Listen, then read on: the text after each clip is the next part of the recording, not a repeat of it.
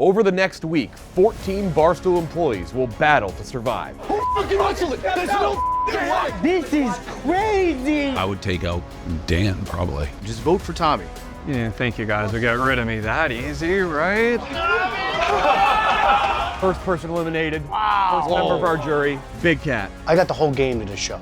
Everything goes through me. Blow your house up. Second person eliminated, Nate. What shape is that? I think Kirk sabotaged us. Third member of our jury, Hank. Shot by Kevin for the win. Dave panics when he does not have control. Fourth person eliminated, Dave. There's fucking no way Jersey Jerry is gonna win the game. We're competing against each other, and there's gonna be a double elimination. Fifth person eliminated, Gaz. Will, Kirk, and myself, they think that I'm with them. I am not. Sixth member of our jury, Kirk. My life's mission now is to ruin your fucking existence. I don't got the brain for this. I got it. Tommy Smokes wins immunity. Rico Bosco, the ride is over. Will Compton, safe from elimination. This would be a time to honestly make a play. Red Wedding. Newest member of our jury, Tommy Smokes. That's trophy hunting. I'm stumped. You will be playing your next immunity challenge right now. Ninth member of our jury, PFT. Fights, wins immunity! There is one giant fish out there. Next person eliminated, KFC. You have a 1 in 4 shot at winning $100,000 in cash. We're here. We're at the end. Final 4.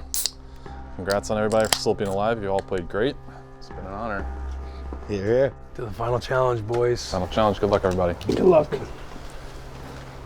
I guess you didn't see that coming. I was going in, I was like, I don't know how anything could happen. I thought it was pretty decided, but I was like, this is kind of boring. And it's not boring anymore. I was pretty shocked. I was as shocked as you could be. Going to the tribe, I was pretty confident in everything that was going to happen. I did say walking in, I hope some fuck shit happens. That's not the fuck shit I would have chosen to happen, but it was kind of fun. KFC played a pretty good game. I didn't think he made like crazy amount of moves, but he had the right people. Yeah. For the until now, obviously. Right. But this whole show, he had the right people. The bully called me up to his office. He called me up to his room. I put the thought in his head that it could be him. You could be going. Get in his room, and he's like, hey, Che is rock solid. He is rock solid, and you can trust me. KFC fights could be turning their back on you and stabbing you in the back. So just think about that. I'd appreciate if you voted for KFC. Then I find Che. Che's like, hey, we're solid. Just keep that in the back of your mind. Like, if you don't vote for KFC, there's a chance you do get axed as well. In that moment of talking to Jerry, I just kind of nodded and thought, now's the time. Now's the time to get out the knife and get the person who I've slept next to this entire show. And it was Kevin. That's why I think he played a good game too, is just because even though he kind of knows, like, if I get into the end, I might not win, but he played to the strength of, like, not making too many big moves and kind of just going with the flow. Of course, yeah.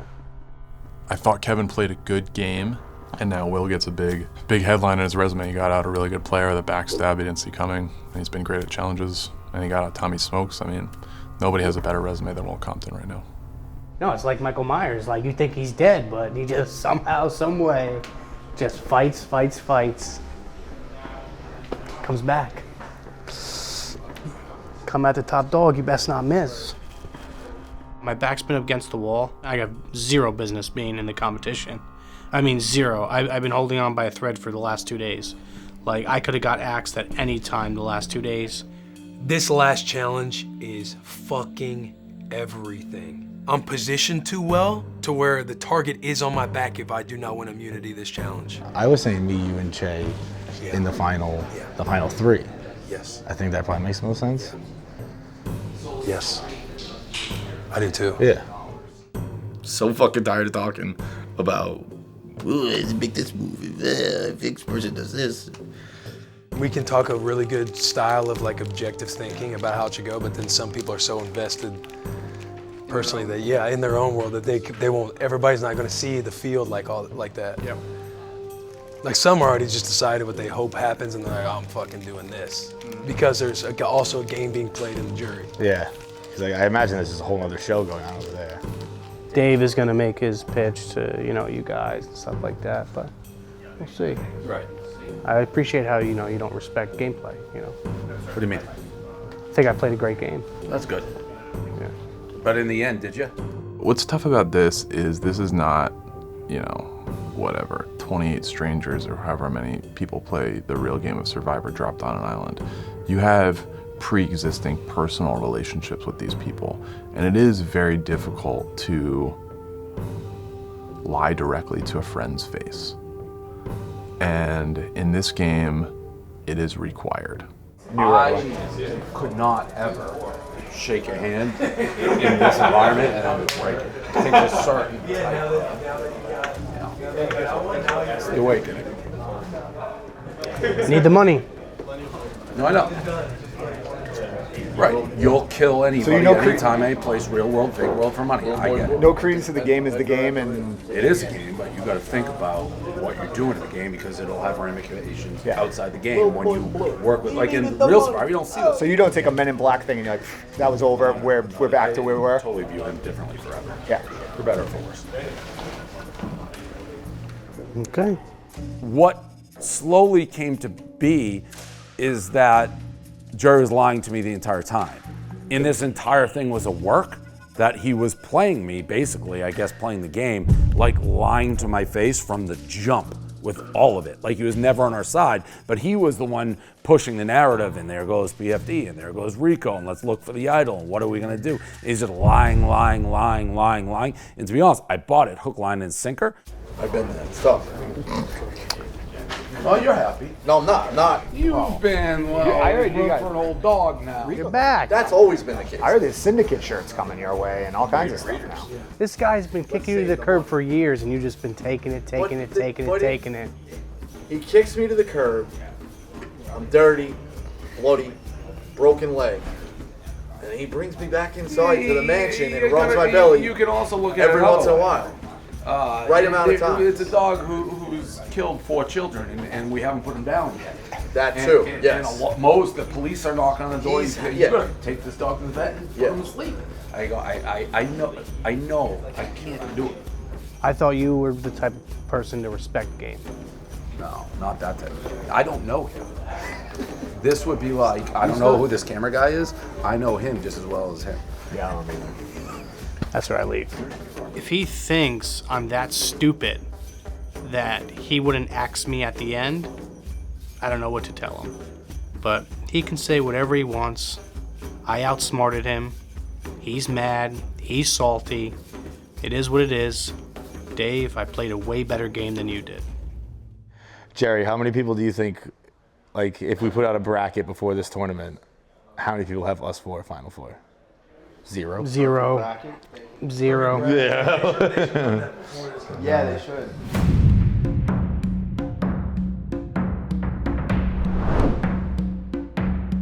Welcome to your final immunity challenge. Fights, unfortunately, you gotta give it up. One more time, individual immunity back up for grabs. This company, Barstool Sports, was built brick by brick, and your path into the final 3 will be built the same exact way. Behind you are fake bricks, an even amount at every station. Your goal is to start building it on this platform, have it cross this pole completely, and make sure it stands for 5 full seconds. First one to do it wins immunity, safe from elimination, and will be going straight into the final 3, where you have a 1 in 3 chance at winning $100,000. Get creative, get crafty. First to finish is that much closer to winning this game. I will now mention a wrinkle. You have voted somebody out for the last time. The person who wins immunity in this challenge at the next tribal council will select one person to sit with them at the final 3. The remaining 2 people will then compete immediately at tribal council in a challenge to join the final 3 as the 3rd member. The decision rests in the hands of the person that wins immunity. If you are not the person that wins immunity, you can volunteer for the challenge. You want to prove your worth to the jury, prove that you have some skills, that you need to work your way in, go for it. But the person that wins immunity will be choosing one person to fill that second slot in the final 3. The other 2 will compete for it at Tribal in front of you and in front of the jury. A lot at stake. Let's get into it. Immunity up for grabs one more time. Here we go. Will Compton, Stephen Che, Jersey Jerry, and fights. First one to finish, have it above the line, and time for 5 seconds, wins immunity. 3, 2, 1, go! Will moves the grabber first. Not sure what the strategy is. They've been down here for a few minutes. They've probably been thinking about it. 3 wildly different strategies. Not even in the same ballpark are these strategies.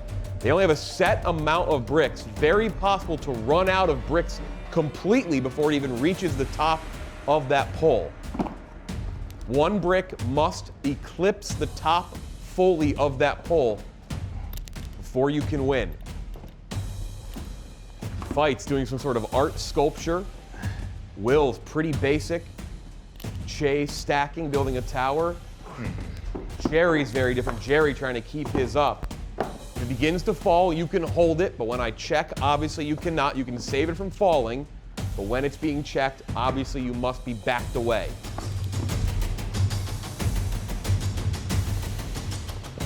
Will has the tallest tower so far. Very straight structure. Che's leaning. Jerry reassembling a bit. Fights, building a very strong base. Will he have enough is the question. He's not gonna get taller than me. Che, Fights worried it may not even eclipse 4 feet, let alone 10. Poof, this is a fucking good base. I'm building a strong base. Compton's wobbly a little bit, but he has easily the tallest tower right now. Don't try to build houses, don't try to build foundations, just try to fucking stack calmly, collected, poise, composure, 1 brick at a fucking time. Che having to do a lot of work to keep his standing right now. Will saves his a little bit. Fight still building this sturdy, thick base.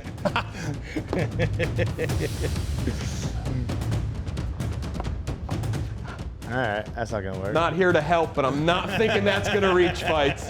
I think you might have ran out of bricks, Fight. Fight realizes he's gotta restart. Stacking them tall rather than flat. Strong strategy.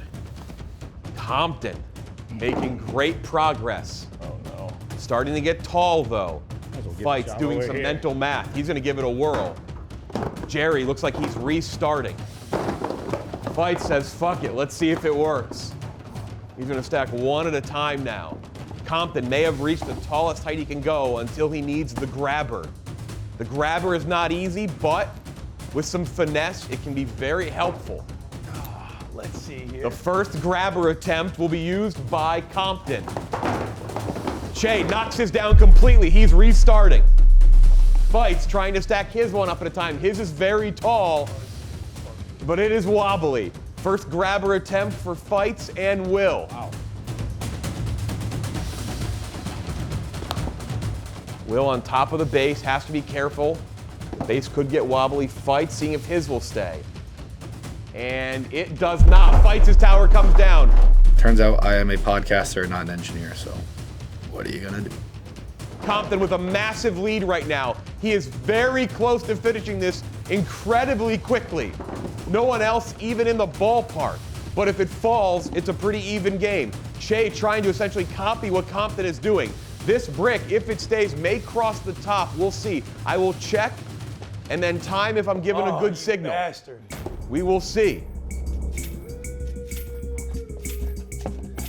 Compton pulls off a brick and almost loses his whole tower. Now he is below where Che is. Che now has a slight maybe advantage by a hair because of his larger base. Fight's building a whole new structure. Jerry, a very abstract structure. Che and Compton are close. Fight's down to nothing again. Jerry restarting. It was frustrating. I kept on trying. I didn't give up. My brain was racing. I was trying to figure out a way to make it work. Compton's is sturdy. Che has a bit of an advantage, but his right now are falling off. Che shaves a few off the top. Compton back into the lead a bit here. back to the grabber. A product not used in 25 years.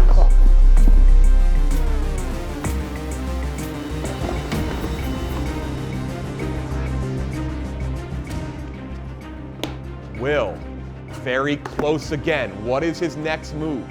It's just kissing the top. Just kiss the top, kiss the edge, and then slowly let go, even though I'm fucking shaking. Jay just behind Compton. Fights and Jerry trying to catch up. At any moment, though, they could be in this if these towers fall.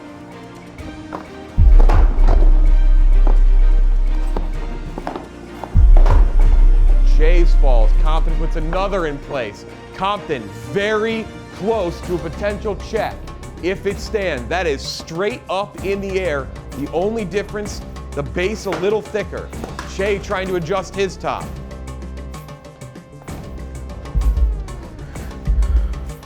Compton very slightly trying to place this brick.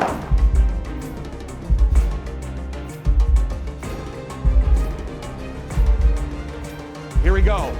5 seconds for immunity for Will Compton. He's close to the final 3, 2, 1. Will Compton into the final 3. He wins immunity and will have a 1 in 3 shot at $100,000 and a very big decision to make about who he takes with him. Nice work.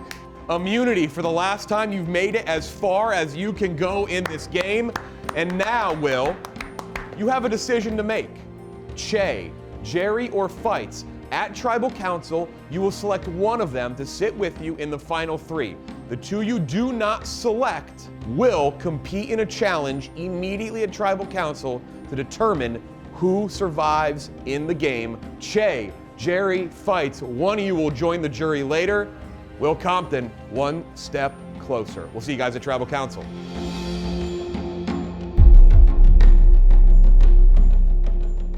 Dude, if I said you stabbing Kevin in the back won you the game, I mean, now you're done. This is... I feel solid. I've outwitted. I took down the fucking goat, Tommy Smokes.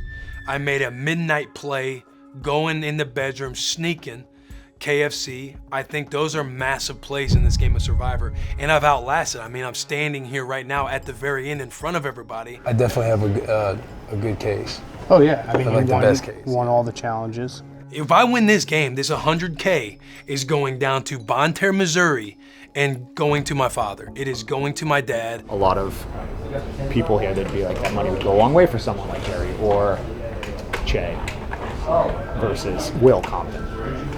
10-year NFL vet. They should have played. Then they should have played better than the 10-year. No, totally. Number one, it should be a non-factor because we're fucking playing Survivor. But if I had to talk about that, you know, that's what I'm doing with the money. I'll compete in the challenge, by the way, Will. So you don't have to worry about picking me. You can decide between them. Because everything's up in the air. I feel like he's the obvious choice. But whatever you want to do what's best for Will Compton. I'm a Will Compton super fan right now. I've always said whoever cuts my head off, puts my head on a spike, that's who earns my respect. That's who earns my honor. You know, you wear my scalp as a crown. That's what Will's doing right now. Fuck, man, I hated that it happened like that. Who you do? Will Compton made a comment like, I think Che might be everyone's unanimous pick to go to the finals with them. And we had a good laugh about it. And I get it, like, you know, if I get to the finals, I will have backed my way in. On paper, you should pick me. I would not be surprised at all if he picks Fights or Jerry. If I make it to the final 3, I definitely have a shot. And hopefully, my speech can impress some people if I'm lucky enough to be able to give one. It's going to be a hard vote, man. I know Will played a great game, but, you know, I look at it both sides. Like, hey, Will had immunity 5 times. Twice on team, 3 solo. His back was never against the wall, this whole competition. Going into this challenge, it's probably going to be me and Feidelberg.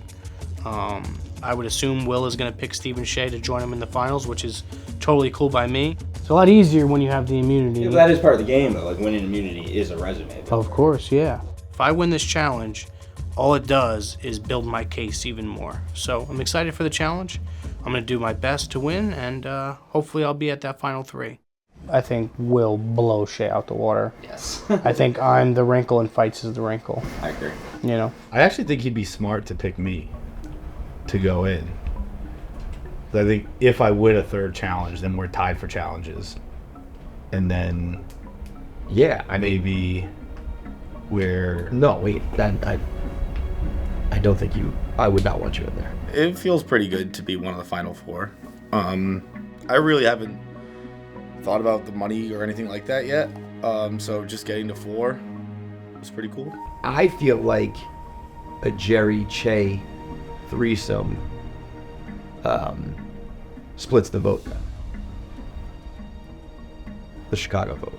Yeah. So if I was Will, I would want that. So you would pick either Che or Jerry and then hope they beat me in the final, the challenge? Give me my pitch. There's no way. Uh-huh.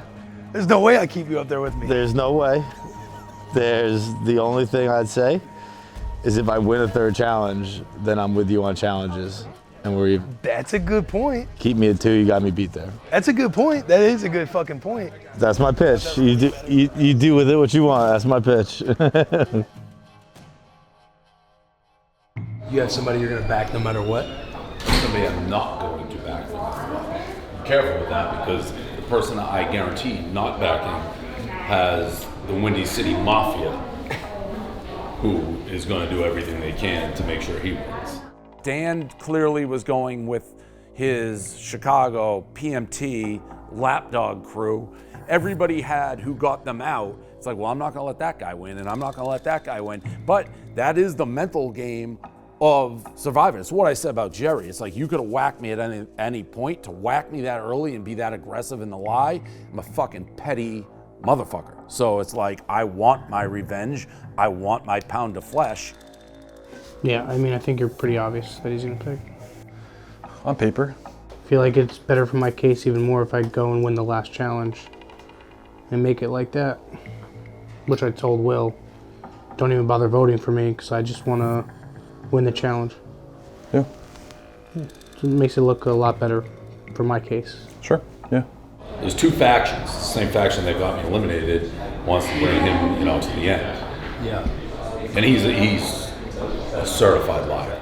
Like, even it's me against you, I don't have a lot of confidence that I'm going to win. Like, I haven't been good at anything. Yeah. We don't know what it is. Like, these are things we've never done before. I know. Like, it's a total crapshoot. What was the biggest lie he gave you? He lied for 2 days straight. Everything he said was a lie for 2 days straight, 48 hours straight. Over there. Handshakes, acting like spy. I mean, he went the distance. If I go home, I made it far enough. Fuck it. Same, like, we're okay. We're out of bullets in our gun. Like, Yeah, that's it. This is the end. Yeah. I'm happy I made it this far. Yeah, me too.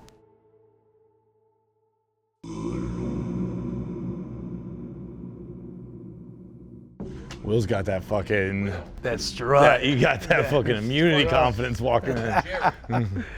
Welcome on in. Will, Fights, Jerry, and Che. Our final 4. Take a seat. And now we'll bring in our jury. A jury of 10 people will soon be 11, and that is it.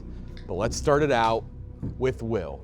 Big win, you let out a big roar and you got it. Rank that athletic achievement in your career. 1. 1. Okay. Number 1 of all time. Bigger than the Sam Bradford interception? All that? That was a sack. Sack, right, okay. Yeah, you're thinking of Kellen Moore or Andy Dalton or Russell Wilson. 3. No, but when you counted down from 5, I was like, holy shit, I fucking did it. It's good to be here. Now it's a decision time, though. Pretty easy relaxation last few hours, maybe, or has it been running through your brain? Because you've been asking questions, you've been kind of hounding us. What's the challenge? What's the challenge?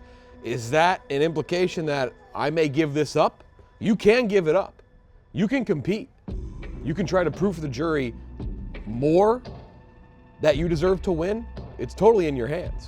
Do I get to know the game beforehand? I'll tell you right now if you want to know what it is. Yeah. The game will be a modified version of the beanbag toss game. Stationary, you will not be wheeling around, and it's only 3 platforms, but it is a modified version of that game. Chase shot. Yes, here we go! Yes! Does that make a difference? Do you want to give it up? No, I would have if it was memory. Yeah, you're like, is it memory? So you really would have given it up had it been memory. I would have given it to Jerry. I would have said put it on Che, and I would have ended fights right here on the memory game. Why? Well, let's talk about it. You're not going to go in there and vote. You're going to tell us out here who you're going to pick. I mean, we can cut right to the chase and then discuss it after. Do you know who you're going to put into the final 3 with you? No. You don't know? I think the beanbag thing, it's kind of... I'd rather compete in the challenge. Jerry kind of broke the ice there. Jerry wants to compete. Che, where would you rather be? I'll let Will decide, because, I mean, that game is, for the most part, equal for all of us. Fights? Where do you fight? You haven't had much of a... You've been getting flying by the seat of your pants. You won a bunch of immunities, played well. He just said, Will did, that he'd battle you out for it if it was a different challenge. Yeah. I think Will knows don't let me get a 3rd immunity. That's a great line right there. That is, I'll tell you what, might be one of the best lines we've had. Will, it ultimately comes down to you though. If you're not going to give it up, that means you're in the final 3.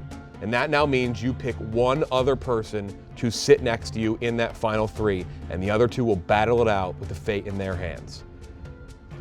I guess now's the time. Who's it going to be?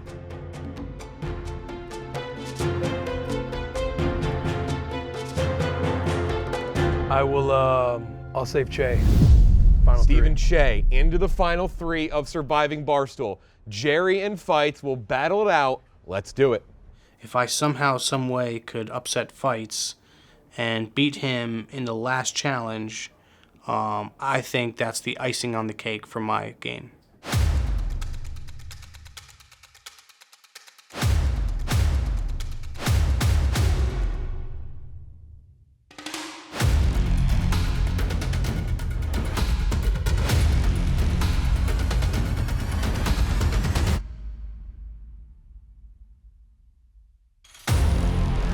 Jerry against Fights for the final spot in the final 3. Someone joining the jury. Here we go. The rules are much like the last time we did this. This time it's only 3 platforms. You're trying to land 1 bag on each platform. Once that 3rd bag goes on, 5 seconds later, if it's still up there, you win the challenge.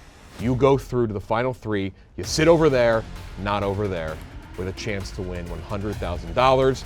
I'll count you down from 3. 3, 2, 1, go! And they're off. Much different game than last time. Both going for the lower rack. Jerry has 1 on the lower rack. Jerry going for the 2nd one now. Fights still trying to get 1. Fights has 1 up there. A little awkwardly up there. Jerry's is flat.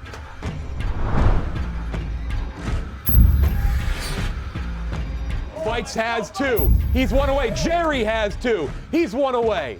They're both even. Once it lands, I'll do the timer to see who wins. Fights hits the top and falls off. Jerry's falls off. This is intense. Jerry.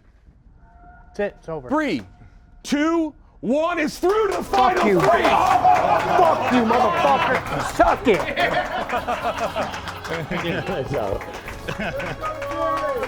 From a double bird to the jury to a shake with Fights. Fights, bring me your torch. You will join the jury and be the 11th member. Our final 3 is Will Compton, Che, and Jerry, and Fights. You are on that jury. You made it to the end, but not quite. Thank you. We'll see you again very shortly. I had a lot of fun. The challenges were very fun. The gameplay, gossipy nonsense when everyone just wants to come up with you like, we go for this person with this person, this person with this person, that person with that person. We hit a breaking point. And I've hit it. I haven't lashed out or anything, but I've hit it. I'm super annoyed by this. Jerry through to the next round. Long game continues through. You had a bit of a gesture to the jury. Anyone in particular? Yeah, Dave. Simple as that. Yeah. You're going to talk to him again soon, but then he will get a chance to talk to you. The same goes for Will. The same goes for Che.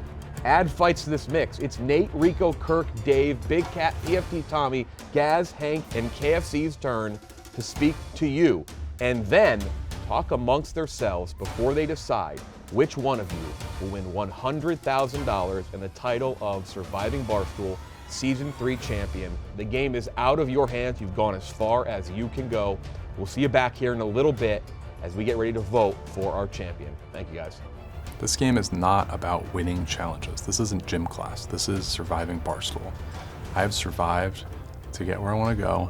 And for what I had, I think I played a near flawless game for the tools I was able to use. You know, I played a great game, made it to the final 3. Anybody on the jury who thinks they played a better game than me, you didn't. I was there, you weren't. Happy at the end of the day, I gave myself a chance to win. Who knows if I will, but yeah, I'm just very proud of myself that I made it this far. Everyone else thought they were holding the cards, but I've always been the dealer, and I feel so fucking good going into this final 3 because now it's just storytelling, and I like my story. I think I've played a good fucking game.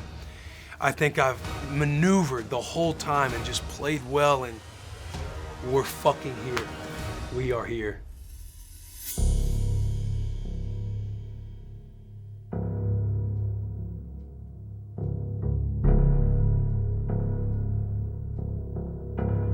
All right, bring him in. Our final 3. Will Compton, Jersey Jerry, and Stephen Che. Put your torches on the back wall for one final time and have a seat.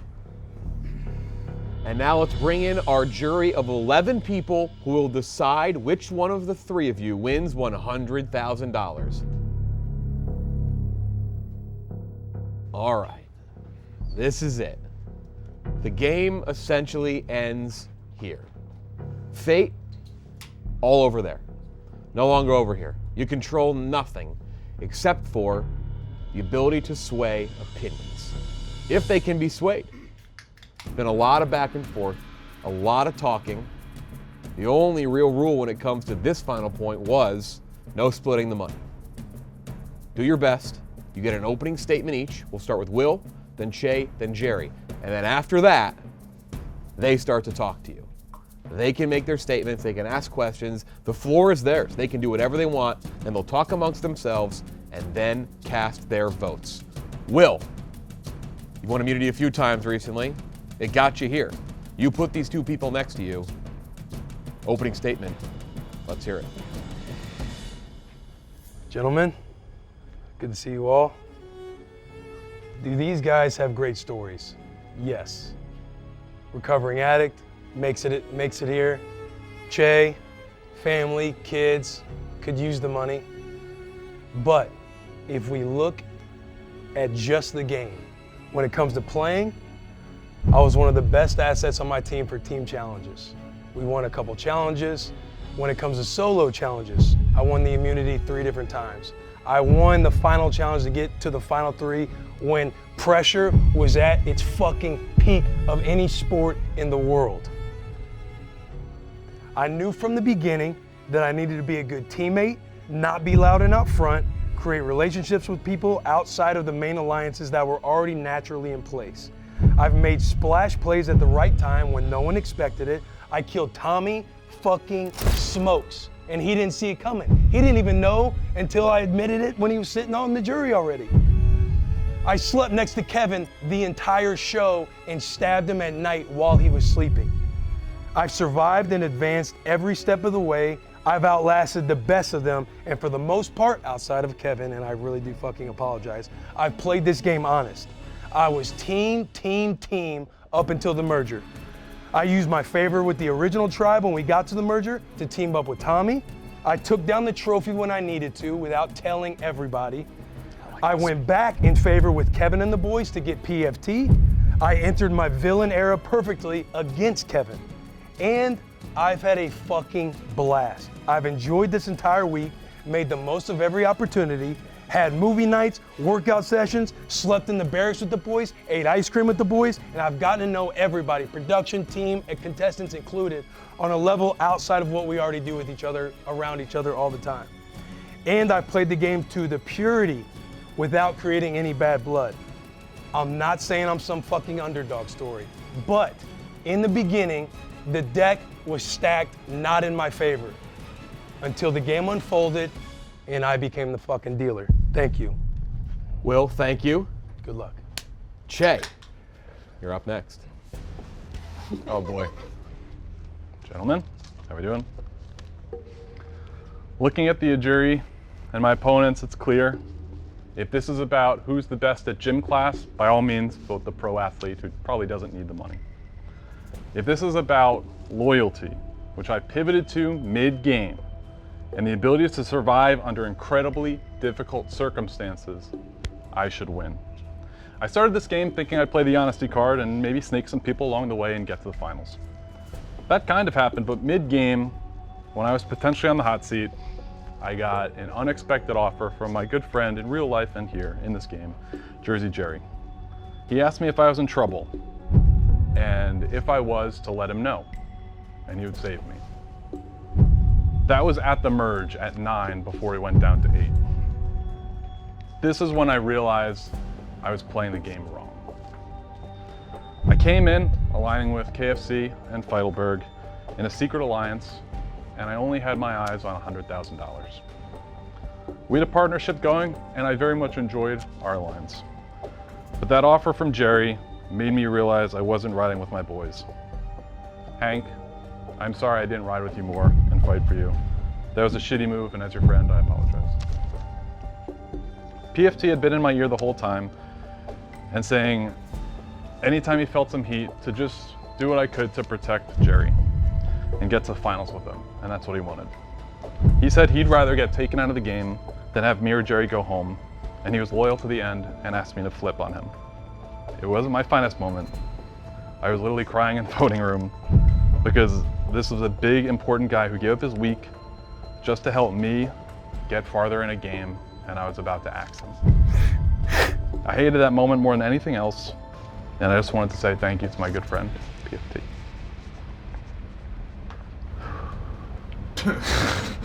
I was loyal to the end with my guys that were still alive, Jerry and Will, and in the moment where I had to flip, even though I knew I'd look like an asshole, I did it to protect the group. I knew these guys didn't know the rules. If I didn't flip, Feidelberg had immunity and had no reason to give Kevin up. Us three would have been in a rock draw and one of us would have gone home. PFT didn't want that, Big Cat didn't want that, Hank didn't want that. That would have been the worst case scenario. So I looked like the dickhead, but I flipped. And we all played way too hard to go home to a rock vote. I wanted the rock vote bad. At the final 5 vote, I told Kevin and John to their faces I would not vote for Jerry. I couldn't do that to my guy that offered to sacrifice himself for me before the merge. They still went Jerry and it bit them in the end, but they played great. I enjoyed playing with you guys, and I hope I've earned your vote tonight. I played this game well. I got some blood on my hands, but mid-game I pivoted to loyalty with my guys. Will and Jerry played terrific games and both deserve to be here. Will played the challenges better than anyone. Again, if this is about who's the best at gym class, vote for the pro athlete who probably doesn't need the money.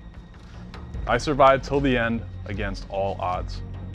I've been working at Barstool for 7 years and 9 days. This is the best job I've ever had, and I want to be here forever. I picked up and moved my wife and kids halfway across the country for this job, away from our families, because I'm loyal to my guys.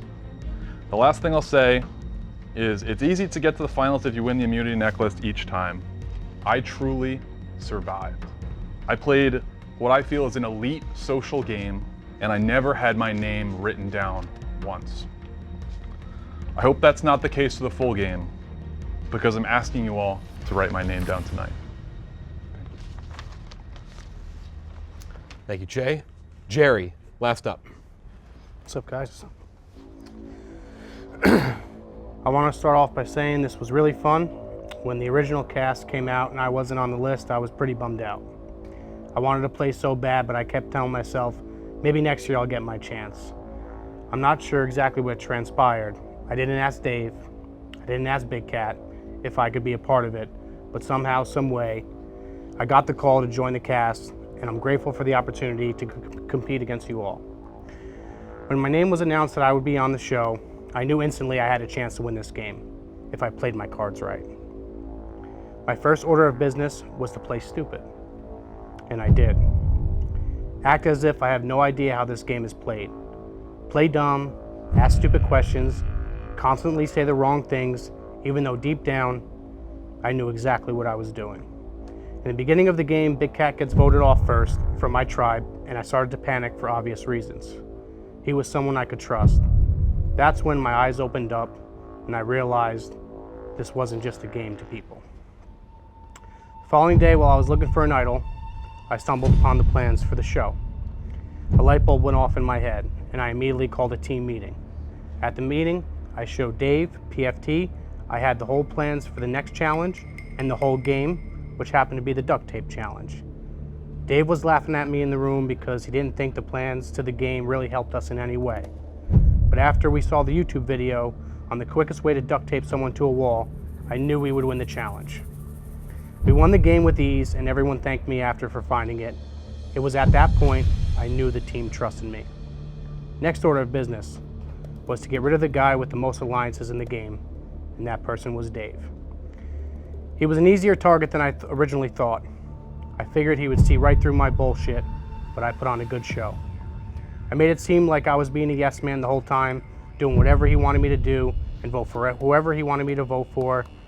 I knew he wanted Eric gone, but I couldn't let that happen to my guy.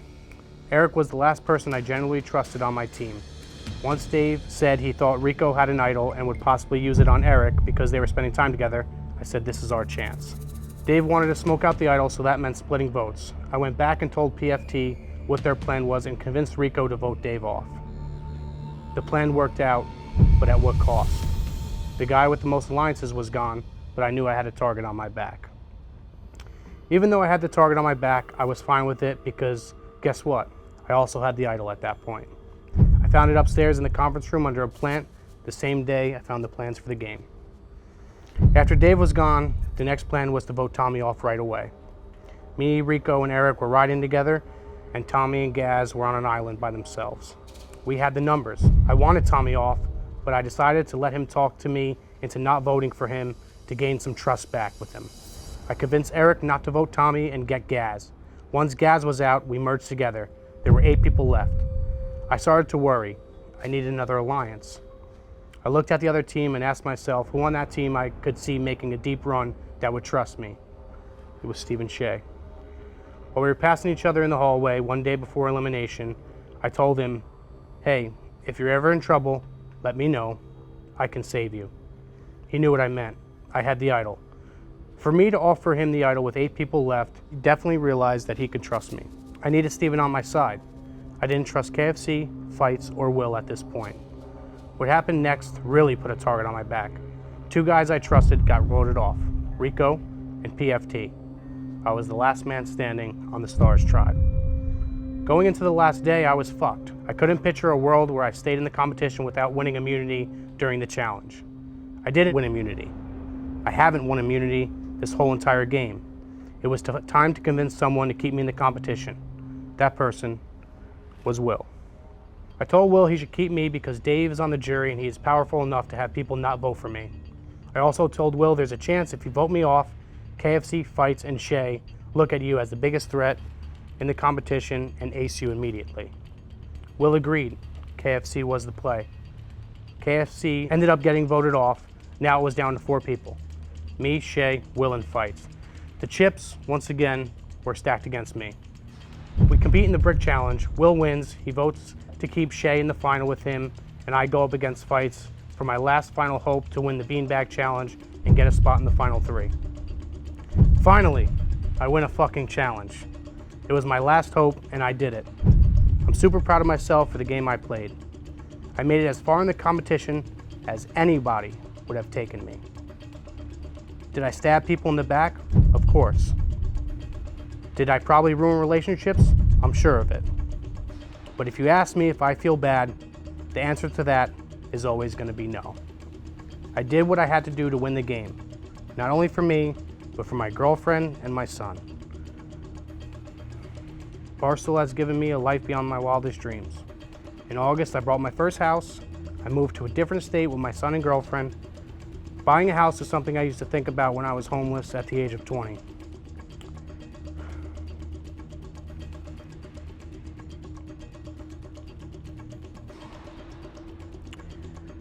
I've been battling my whole life just to keep my head above water to survive. Drug addiction is really bad, but if it taught me one thing, it taught me how to be a scheming, conniving little prick. That's exactly what benefited me in this game. In conclusion, I lied, I ruined relationships, people unfollowed me, people are mad at me, but hey, that's the game. And as the old dog says, we're on Mars. This wasn't real life. This was just a game, and I played it the best. I never had individual immunity. I found the plans, I found the idol. I never even used the idol on myself. I had the idol for days and days. I took that risk, and it paid off. I made the best relationships. I got the right people out at the right time. Jersey Jerry is who played this game the best. All love, Bully Hard. I mean, that's just a crock of shit. Thank you, Jerry. Some emotion, some fire, some competition. But now, he's an actor. You face these 11. We'll go down the line in order of when they were voted out. After that, they will discuss amongst themselves. I might toss a question or two in there, and then you will get a quick closing statement. First up, Big Cat, first out from the Stars tribe, was on Jerry's tribe. Big Cat, floor is yours. Yeah, great time. I didn't really play in the game. I was in it for about 4 hours. I think Will played great. I think Steven played great. I think Jerry played great. You guys all did the right moves. I think anyone on this side who is upset about being stabbed in the back doesn't understand the game. I was stabbed in the back 2 hours into the game. The only thing I learned this week was it sucks to have to watch all your friends hang out and play games while you can't. And maybe I should probably be more of a dick when it comes to either the game or when Rob from production told me about the schedule. I was the last person to learn of the schedule, and he decided to start the game on an NFL Sunday. If I die tomorrow, my last NFL Sunday would have been running around this office, not watching any football. So that would be my big message to everyone at home. Cherish every NFL Sunday. It may be robbed from you, no pun intended, but literally robbed from you by Rob. And so, yeah, I wish I could play the game more, but I'm proud of everyone on this side who got this far. And again, I think anyone who takes it personal, it's a game. So you guys all played it well. You stabbed some people in the back. Dave is upset. I should say too, just for everyone, Dave is upset because Dave got stabbed in the back by Jerry. Dave's original plan was to take Gaz, Tommy, and Jerry to the Final Four, then vote Jerry off. Jerry got farther by himself than Dave would have taken him. So Dave's upset at himself for not seeing that, even though Dave was just as ruthless as anyone else in this game. By himself? What? By himself? Well, he had help, but I'm saying Dave was planning on taking Jerry and then cutting Jerry out. Jerry cut Dave out, and Dave was like, "You're going to rue the day," and here's Jerry sitting right here. So he's played a good game. He's played a good game. You're last. But yeah, I had fun for the 4 hours I was in the game. Next time I might try to be smarter and realize how the voting works. But thank you, Jeff, for hosting a great game. Thank you, Big Cat. Second person eliminated will be the next one to speak. First one out of the Stool tribe, that is... Hi, Jeff. Nate Dogg, the floor is yours. You are on the tribe with Will and Che. Yeah, great job, guys. All three of you played a great game. I have a question for each of you. Also, Jeff, I love you. Jerry, so you and Big Cat are always kind of connected together. Could you have come and got into the final three without Big Cat's influence? And how would you have done that? Would you have stabbed Big Cat in the back? Yeah, I would have stabbed Big Cat in the back, 100% down the line. And I think he knew that as well going into the game. Stephen Shea, you played before, you played this time. What was the biggest adjustment you made this time, and why should that allow you to win? Last season when I played full honesty card, really no backstabs. This time, I had to look at all the angles and realize that people are playing what's best for them, and I need to think the 360 approach. So I think the biggest adjustment is just the number of people this time and having to be a little bit more thinking outside my own space. Will Compton, 10 years in the NFL, professional athlete, have money, still in the final three. Should that matter that you have the NFL money? Should, when you look at a guy with kids, a guy with a kid, and you have the NFL money. Should we take that into account? Absolutely not. We're playing a game that is called Barstool Survivor. And yes, did I have a 10-year career, arguably Hall of Fame? Absolutely. Wasn't 10 but years. It's not like I'm putting this money in my pocket. This money is going right back to Missouri with the old man. Yeah, this money's going to my dad. So. Cool. Yeah, I have no more questions. Thank you, Nate. Hank will continue from the Stool Tribe. Second out from the Stool Tribe, third out in the game. The floor is yours. You were also on a tribe with Will and Che. I was on a tribe with Will and Che. I unfortunately didn't get to play the game too long, but while I did, I had an absolute blast. It reminded me, you know, how much I enjoy spending time and chopping it up with all these guys, except for Nate. Fuck did I do? He's such a piece of shit. As far as the final three are concerned, 2 of them were on my team. Will, I didn't know as well. I thought we got along great. I thought you had my back. You didn't. So that's really where my head's going to be at voting, just kind of on how I got eliminated. But it was an absolute blast, and I had a great time. All right, thank you, Hank. Fourth out of the game, Dave. Yeah, I will call this speech, and before I get into it, I just want to address a little bit of what Dan said. He's pouting quite a bit. No. For anybody, probably production, back of the house, strangers on the street, Dan said no less than 3,000 times, I want to be out first or last. Then he had no interest when we were playing because NFL Sunday was on. He drafted, as everyone in the Windy City Mafia has very much seen, a Chicago versus the world atmosphere. His draft, Jerry, PFT, Rico, who's his guy, and then me, Tommy, and that seems like Gas. more New Very York. clearly a 4-on-3. Dan didn't want to be here, so I didn't have an alliance with Dan. It seemed like a no-brainer play. The way that Gerard has tried to phrase this is that there were similar backstabs, just not true, and the tapes will show that. And I'm gonna ask you, Gerard, just a bunch of questions. I call this, for me, the Jersey Gerard awakening, how I look at you. And you even said earlier that you trust PFT more than me. That was surprising to hear. I don't know why you don't trust me. I think I've been pretty straightforward with you forever. As far as the game went. Why? I knew he would do what it takes to take me as far as he could. I was afraid that you would stab me in the back. But even, and I'll get into the questions, people have been saying like we're gonna mysteriously cut you. It was very clear in that 4, you were the 4th of that. There was no illusions you were like 3.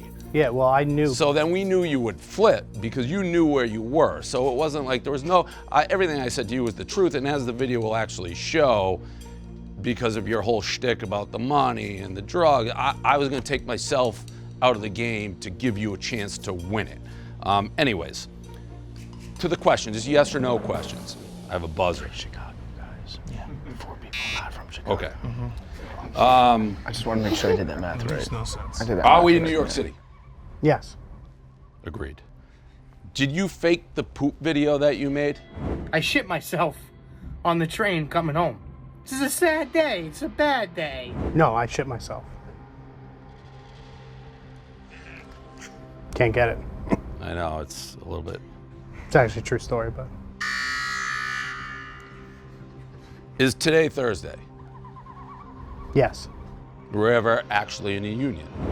My union brothers and sisters, this weekend is our weekend.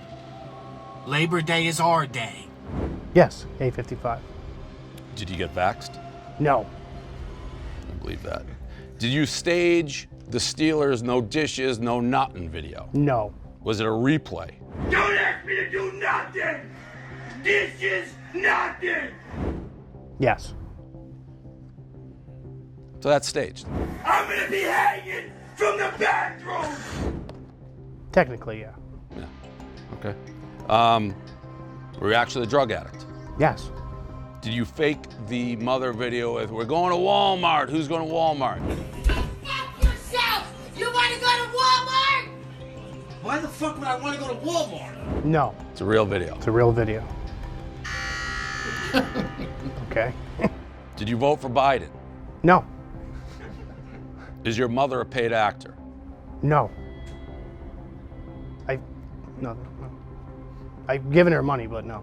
is your entire shtick, because you said something which maybe is my fault. This is why it's the awakening. Like, I played dumb and I did this. I feel like that's what you've done since the second you walked through the door. So it's in your entire Jersey Gerard shtick.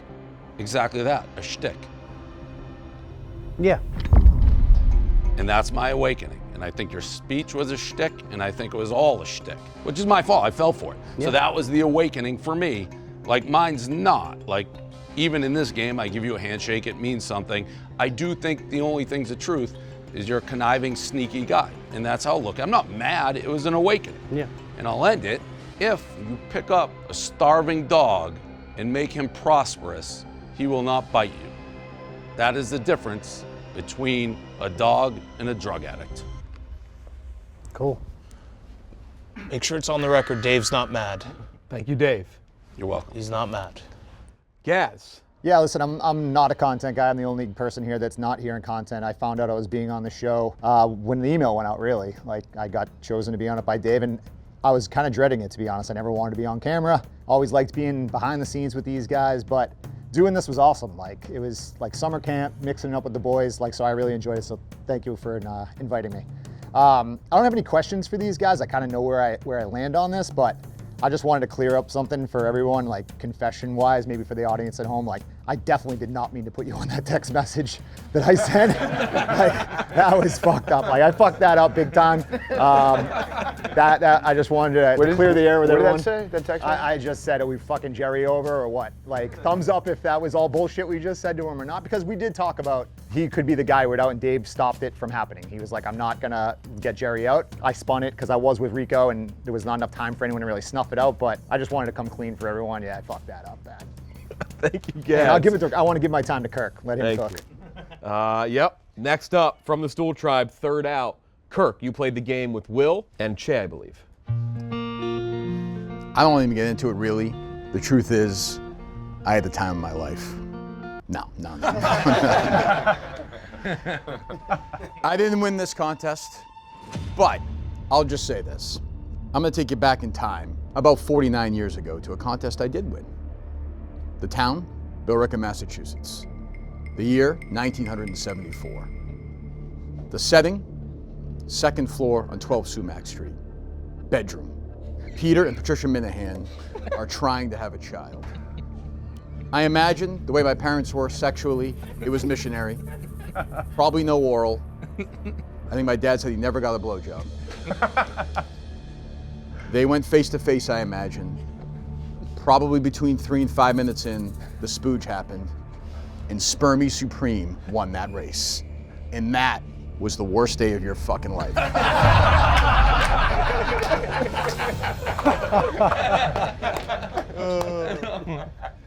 My life's mission now is to ruin yours. Early on, you mentioned to me you have 2 kids. So it's not about the 100,000 you were gonna win. It's now the 100,000 you're never going to have. That wedding for your daughter, well, let's be serious. A daughter of yours would never get married. My guess is your stupid son and your cunt daughter will live in an apartment together till 80, probably 85 years old, and die. Maybe 5-6 weeks later, somebody will smell the 2 of them. Probably smell like you, a fucking rat scent, and drag them out. I myself know I will die of cancer, probably like my parents, or suicide, which is probably also inevitable. But I promise you this, as long as you live, I live. If you live to be 130 years old, how old are you right now? Answer the question. 37. 37? Yes. I'm 11 years older than you. I'll be 131, and I'll be dancing and running and living knowing you're alive. How will I ruin Stephen Che's day today? How will I ruin it tomorrow? His kids are dead? Yes. His wife is dead? Yes. His parents are dead? Fuck yes. Dead, dead, dead, dead, dead. You looked me in the eyes and you lied to me. The only reason you have a job, this guy said I shouldn't take this personally. I take things personally. He's very kind. You're a 0, you're a content 0. You shouldn't have a job anyway. You should be out directing traffic like you used to. And as I said, you should be playing in traffic. So now, day after day after day, if you have a flat tire, it's me. A leak in your roof, it's me. Your house blows up, it's me. Is that understood? Yes, sir. Are we clear? Yes. Is that right? Yeah. Okay, do you have anything else you want to say to me? I enjoyed playing with you. You can't beat him. But no, once you got rid of me, I began to organize your exit. You sealed your fate, 2 days ago when you kicked me out. Your life then was over. So we can continue the charade. We know what's going to happen. I love Will. We get along great. I love Jerry. But, for you, you sealed your fate when you look me in the eyes and you lied to me. And I take it personally, and I take great pride in knowing whether it's a car payment you're gonna miss, or some vacation you can't go to, or some hospital bill you can't pay, it's because you're $100,000 short at the start of you looked me in the eyes and lied. You're a goddamn fucking cock-sucking rat, and I wish you a lifetime of pain and misery. I hope you live a long time and die slowly.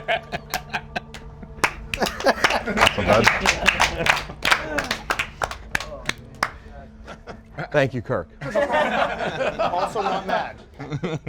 Good luck with this one, following that one up. Rico Bosco, also from the Stars Tribe, fourth out in the Stars Tribe, played with Jerry. Yeah, I'll start with Jerry. Jerry, we had a pact to a final, trying to work together. At some point, we were going to cross each other's paths. This is a game. We're on Mars. Like you said, at a certain point, the old dog can't run with the young pup. The young pup runs too fast and too flashy, and the old pup knows enough not to go into traffic because he's been bit before. You played a good game. Outside of this game, we'll be friends. Inside of this game, I don't think you played the best. I've said all along this is a game about numbers, so I will trust the data. Pounds reported to be lost in the TB12 method, 15. Actual pounds lost, 2.4. Years duped in consecutive NFL drafts, 3. Reported 40 times, 4.4. Actual 40 time, 5.2. Masks worn during COVID by one person, 728. Days of doing yak prep sheets without a single person reading them, 1,497. Ryan Mallett's throwing power, 98. Ryan Mallett's throwing accuracy, 71. Ryan Mallett's speed, 51. Hours waited to tweet those numbers by a certain person after he died, 1. Stupid questions in the challenges this week, 627. Over. Votes cast for you, 0. Challenges won, 0. Votes cast against you, 0. Personality, 0. Charisma, 0. Chance of winning, 0. New York City busboys' estimated salary, $37.5K. Your estimate, $1 million. If you're wondering what this cheese is, rats eat cheese. If you're also familiar with the New York City subway system, it has a third rail that can shock you to death upon its touch. Rats take that chance every day. I hope that should you contact that third rail, it doesn't kill you, rather it shocks you to realize just how much I hate you. I hope Philly ends what Shane Gillis started. Will, go Big Red.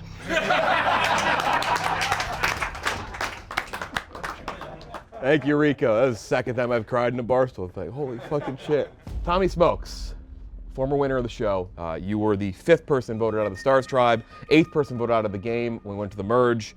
You played with Jerry. You're up next. Yeah, I don't have anything quite like those 2 last speeches prepared. I will say, 7.5 years ago, I sat in my college dorm room thinking, how the hell could I get a job at Barstool? And I wrote a Survivor Barstool fan fiction blog series. 7 years later, to see it come to life with 9 of the people I included, and for me to be in it myself, pretty fucking cool. But I'm not gonna win for the first time I'm ever in a competition. One of you 3 will. I have always said I'll vote for whoever plays the best game. When I'm sitting on that stump, I'm gonna vote for who plays the best game. I don't give a fuck who needs the money. I don't care about personal relationships. I don't care about any promises made. All I care about is who played the best game from when we got here Sunday morning to now. From where I see it, I've always said that whoever finally fucking puts my head on a spike and wears my scalp like a crown is who will get my vote. Will is the one who orchestrated that, who slayed the king. To me, that makes it like he played the best game. But Steven and Jerry, I will give you two the opportunity to tell me, what did Will do wrong? What are some things that made Will not play the best game? And then Will, I want to know what you learned from me, from watching me. Oh, geez. I think Will played a great game. I want to hear what he did wrong.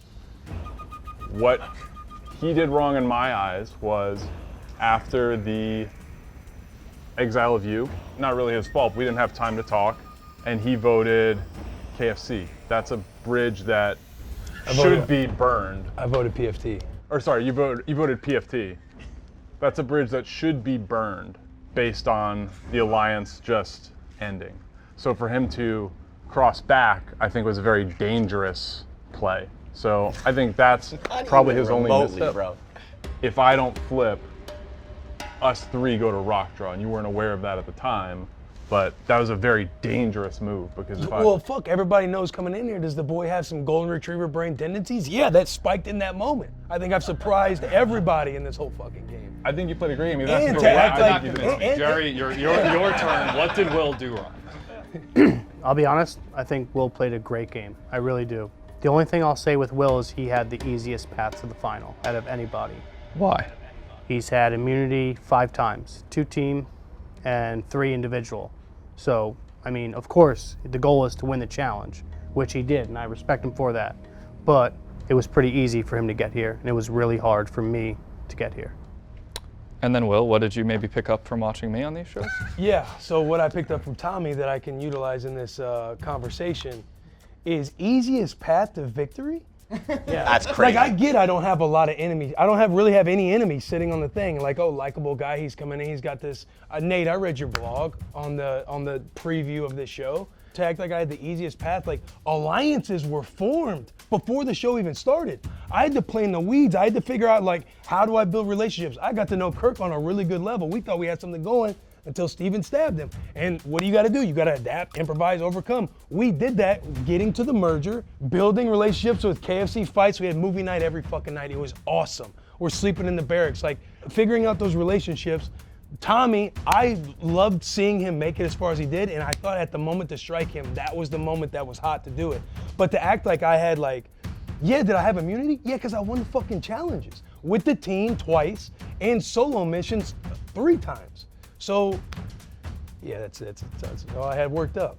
And then like one thing you learned from me. You still haven't. How to be fluid, how to outplay, outwit, outlast, which is the name of the fucking game. There's no stories outside of this world on Mars.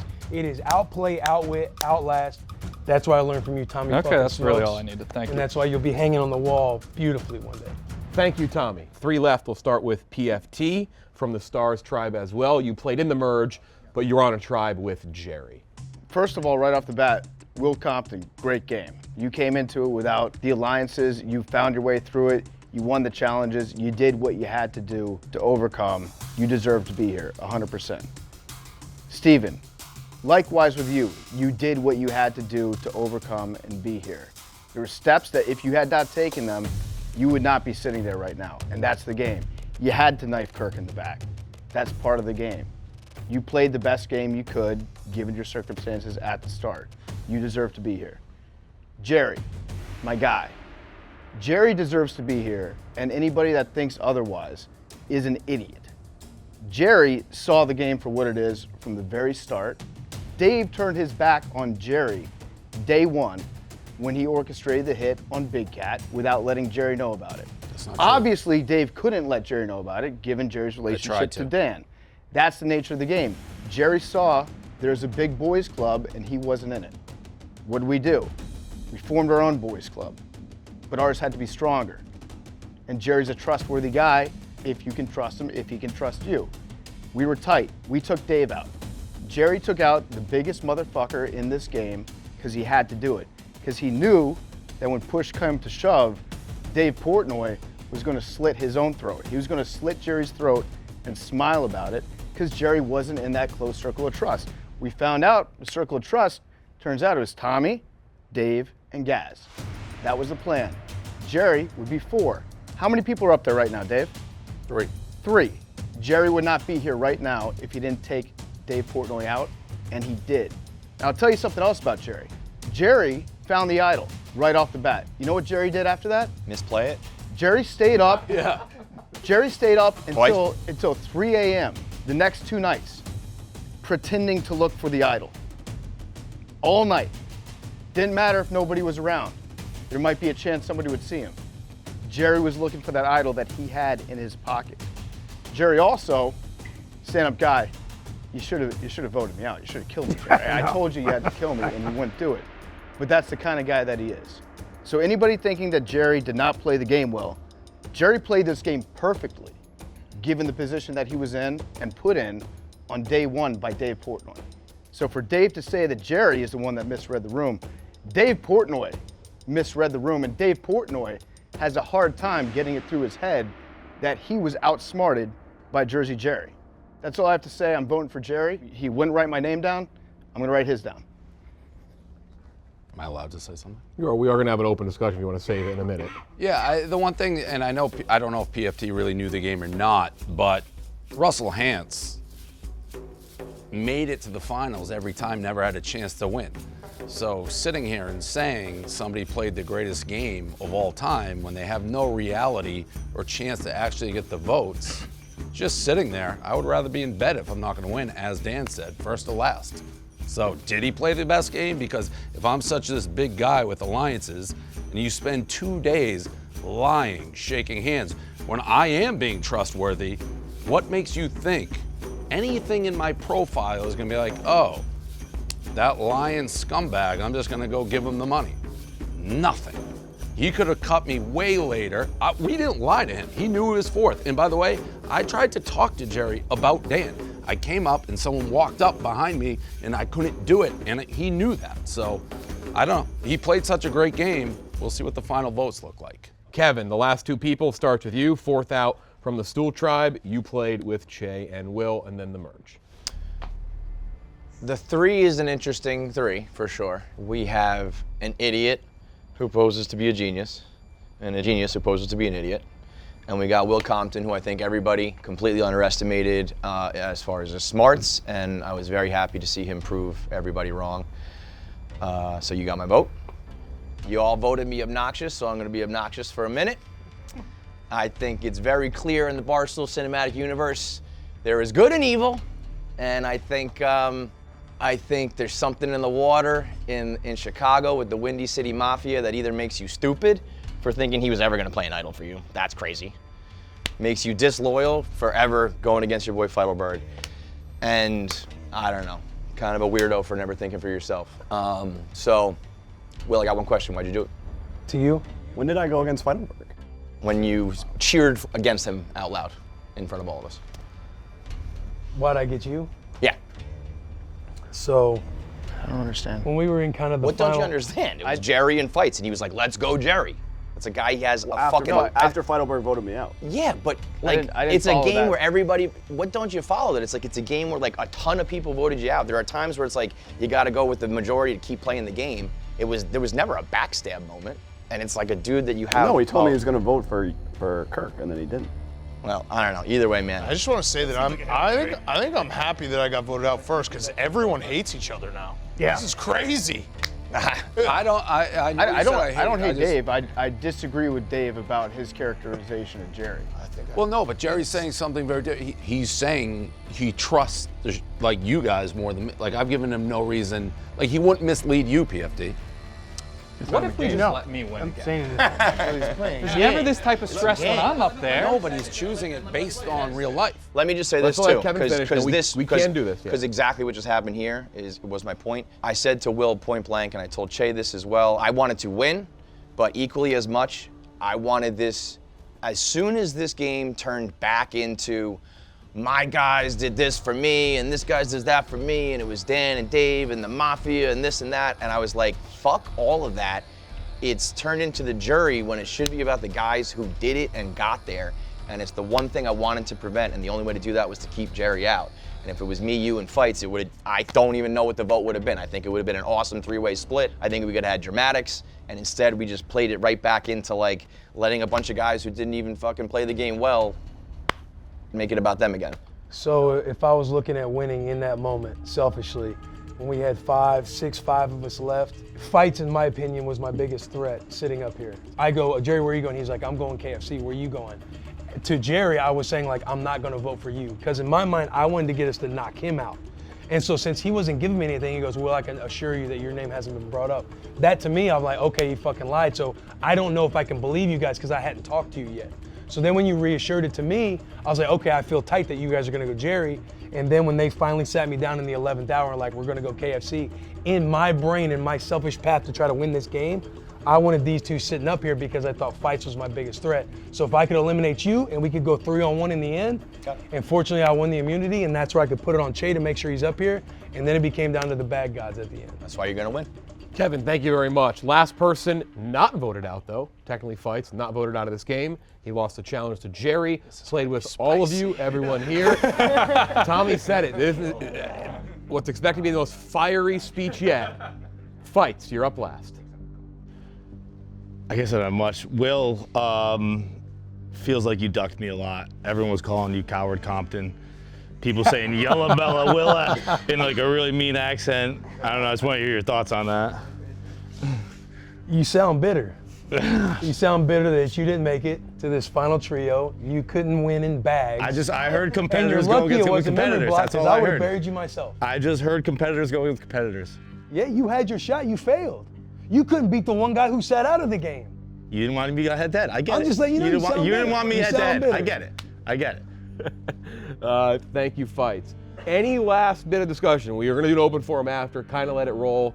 Felt like couldn't stop that. If there's any other comment, this is just for the jury here, not to them. Any comments amongst yourselves to convince for or against? I think it was just a big ruse to get us to go to therapy with each other.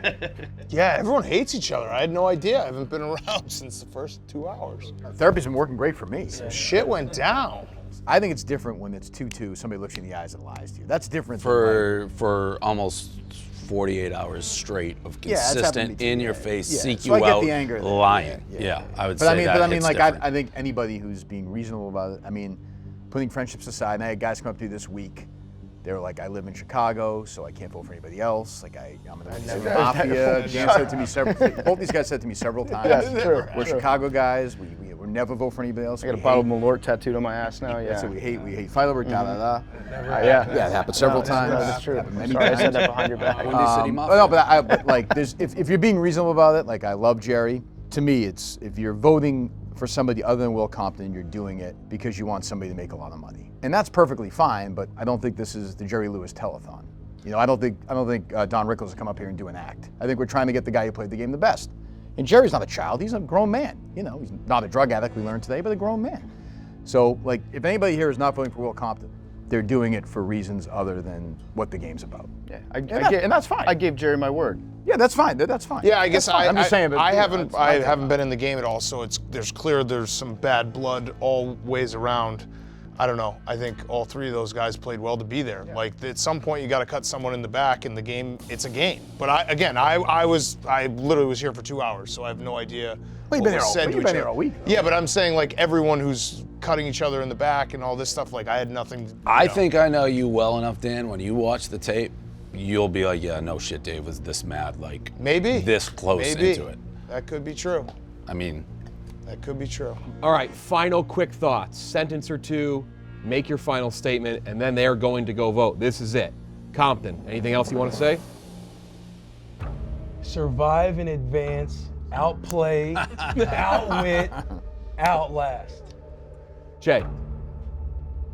It's pretty clear, as it has been for a couple days, I have no shot. Hopefully my speech compelled some people. I would ask, if you're even considering voting for me, I'll look you all in your eye. Vote for Jerry. Che came in with he was going to get no votes and hurt his cause during this process, which is remarkable. Jerry, last comment. No, I had a great time. You know, met some different people that I don't really talk to much. I will promise something. I will never unfollow you guys over a game, ever. All right, jury. Did somebody unfollow somebody? Yo, me instantly, both of us. You both Instant. I haven't followed Shay yet. All platforms? I blocked his number. Instagram too, yeah. But not mad. Just to make it easier, we'll go down the line. Rico Bosco, you're first up. Cast your vote. You are casting the vote for the winner. It's about who played the best game. In my eyes, there's no debate. Kirk, you're up next. I know it won't be undefeated because guys like Jerry, but nobody else should get a vote in this. This was Will's competition. Gaz, you are up next.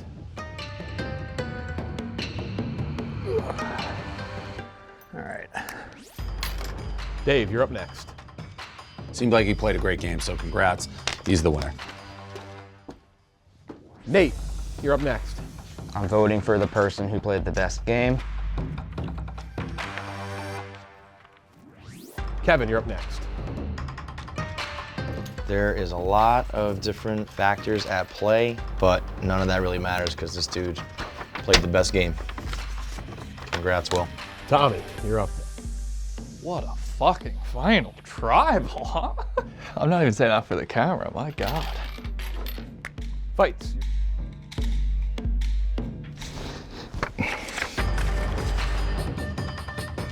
I'm sure everyone's on the edge of their seat right now.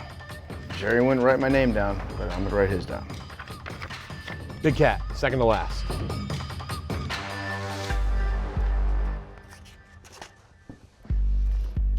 Hank.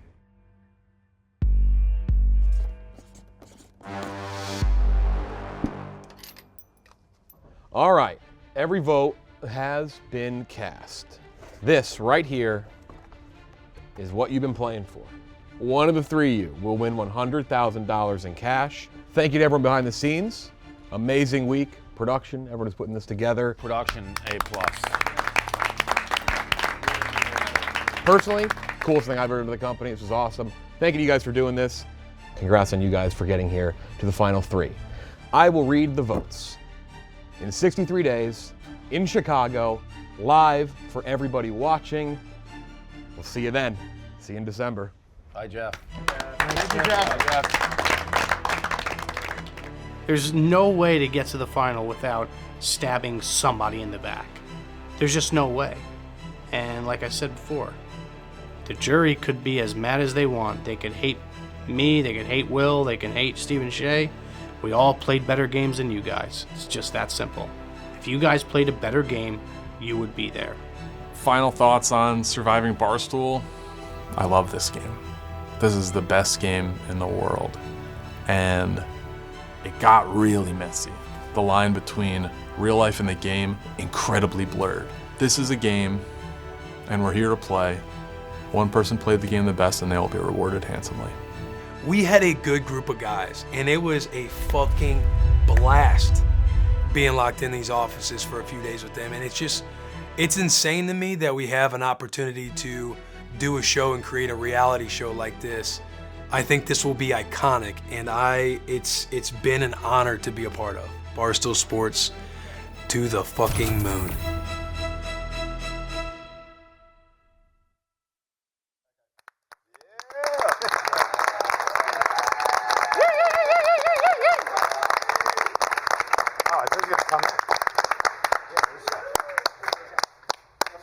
Keep clapping.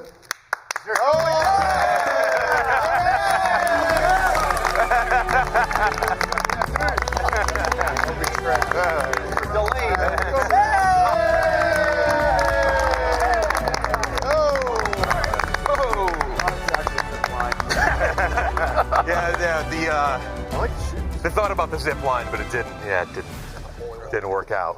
What's going on, guys? Hello. If we haven't seen each other all day, what's going on? Will, Che, Jerry, final three. Before we go, by the way, we can get into the votes. I got a note. I woke up to a text, as I'm pretty sure multiple people did, on the night of the finale that said, "Do rats eat cheese?" I was like, what the fuck could Rico be talking about? I'm still not sure if they do. One of you is going to win in the next few moments. Nervous? Feeling good? Nice suit, Jay. Thank you. Did someone, who's the possible own funeral dressed up? Possibly. Or maybe you're going to get the greatest reaction you've ever seen. Jerry, you're walking home with a stump, I think. Did you ask? 2 stumps. 2, you're getting 2 stumps? Split some firewood. No matter what. Will, here we go. Yes. Time to read the votes. Let's get into it. Someone is winning this right here. $100,000 in cash. Thank you to everyone at home who has watched, who has bought in. It's been awesome. It's been a great ride. It's been wild. Let's crown our 3rd champion of this show. Here we go. First vote. Jerry. Okay, PFT. Second vote. Jerry. 2 votes Jerry. No votes Jay. No votes Will. Takes 6 votes to win. Next vote. Will. Next vote. Will, says the Kingslayer. 2 votes Will, 2 votes Jerry. Wonder who that was. Next vote. Will, the boy Compton. 3 votes for Will, 2 votes for Jerry. Next vote. Will, with a hashtag #GoBigRed, I believe. Next vote. Will, with a heart. Will needs 1 more vote to win. Next vote. The winner of Surviving Barstool Season 3, Will Compton.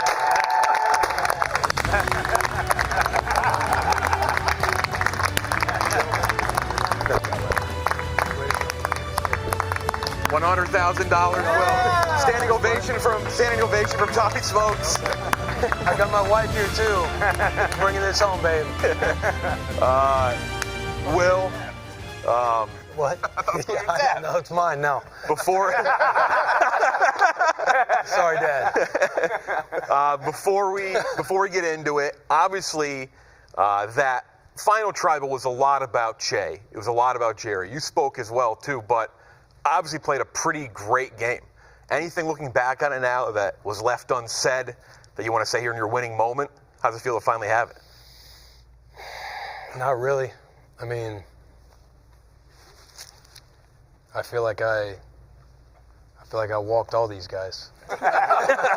No, I still feel terrible that I had to eliminate KFC like that. But that was a great game. Not a lot. I don't have like a celebratory speech. I do feel like that should have been pretty one-sided, but now we get to get into all the dramatic of it because there was a lot of gossiping the entire time that I do feel like played into my favor because of all of the turmoil that was building up with everybody. And let's let it fly, boys. That's a great segue. Will Compton, the winner of Surviving Barstool Season 3. We're going to bring someone else on, someone who's watched from a different perspective. That wasn't mixed in. I was obviously mixed in very early on in the game. Kelly Keegan's going to come on in a moment, but first, let's take a look at how Will Compton won Surviving Barstool. Name, Will Compton. Co-host Bus with the Boys. Locker Room Vibes. Glue Guy. Survive and Advance. I don't know. Who knows why they picked me?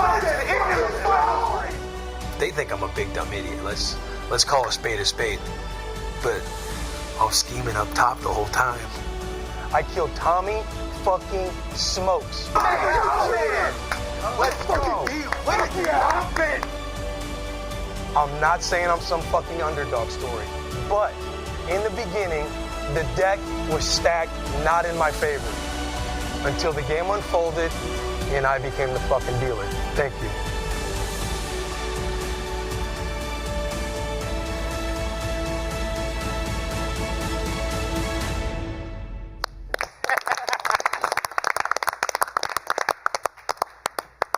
Allie Keegs, let's go. Hello. Hello. How's everybody doing? I am excited to be here. I was excited to have watched this entire season. Having been on season 1 myself, 4th place, only voted out because they were afraid of me in the final 3, whatever. I think you guys all played an amazing game. Congratulations to Will. Awesome game. Really good job the whole time around. What I want to do, though, is, I don't know, we're feeling a little kumbaya today all of a sudden. All day long, I'm hearing about tension. I'm hearing we're going to fight tonight. Now all of a sudden, everybody's laughing, guffaws all over the place. I think we need to start up a little bit. We need to watch a video where we see exactly who voted for who for the end of this to see who wins. All right, no problem. It's about who played the best game. In my eyes, there's no debate. Jerry, outside the game, will always be friends. Inside the game, it was never going to work. And I mean it when I say it was a game, just as you have said. The winner of this game should be Will Compton. Got nothing against Stephen Shea, like a lot of people seem to, but I think Will played the best game. So the one thing I feel bad about, maybe I'll look even dumber when I say this, but I think Will, and it was aligned with me all along, so I felt bad that for like half a day I kind of doubted him. So I apologize for that. That's it. I stand by everything else I said. And I love Jerry, so I don't like not voting for him. I'm proud of Jerry for making it this far. But my vote has to be for Will. No surprise here. Will couldn't vote for Jerry. He killed me. I signed a pact with Minahan that if he didn't vote Jerry, I wouldn't vote Che. So there you go, Will. And I have nothing. I didn't play with him at all, but it seemed like he played a great game. So congrats. Unless something crazy happens, which the last time I was in the seat, it did. He's the winner. There is a lot of different factors at play with a lot of history in the company and whatnot at play. But none of that really matters because this dude played the best game. I'm voting for the person who played the best game. And that is Will Compton. I played Surviving Barstool Season 1. Nobody could get me. I played Most Dangerous Game Show Season 1. Nobody could get me. I played half of Surviving Barstool Season 3, and nobody could get me until Will Compton came along. And for that, you have my respect. You have my vote. You are the King Slayer. Congratulations. Scared to play me. Terrified to play me. Still played the best game. This might be the deciding vote. This is who we want to win, right? Okay. Jerry wouldn't write my name down, but I'm gonna write his down.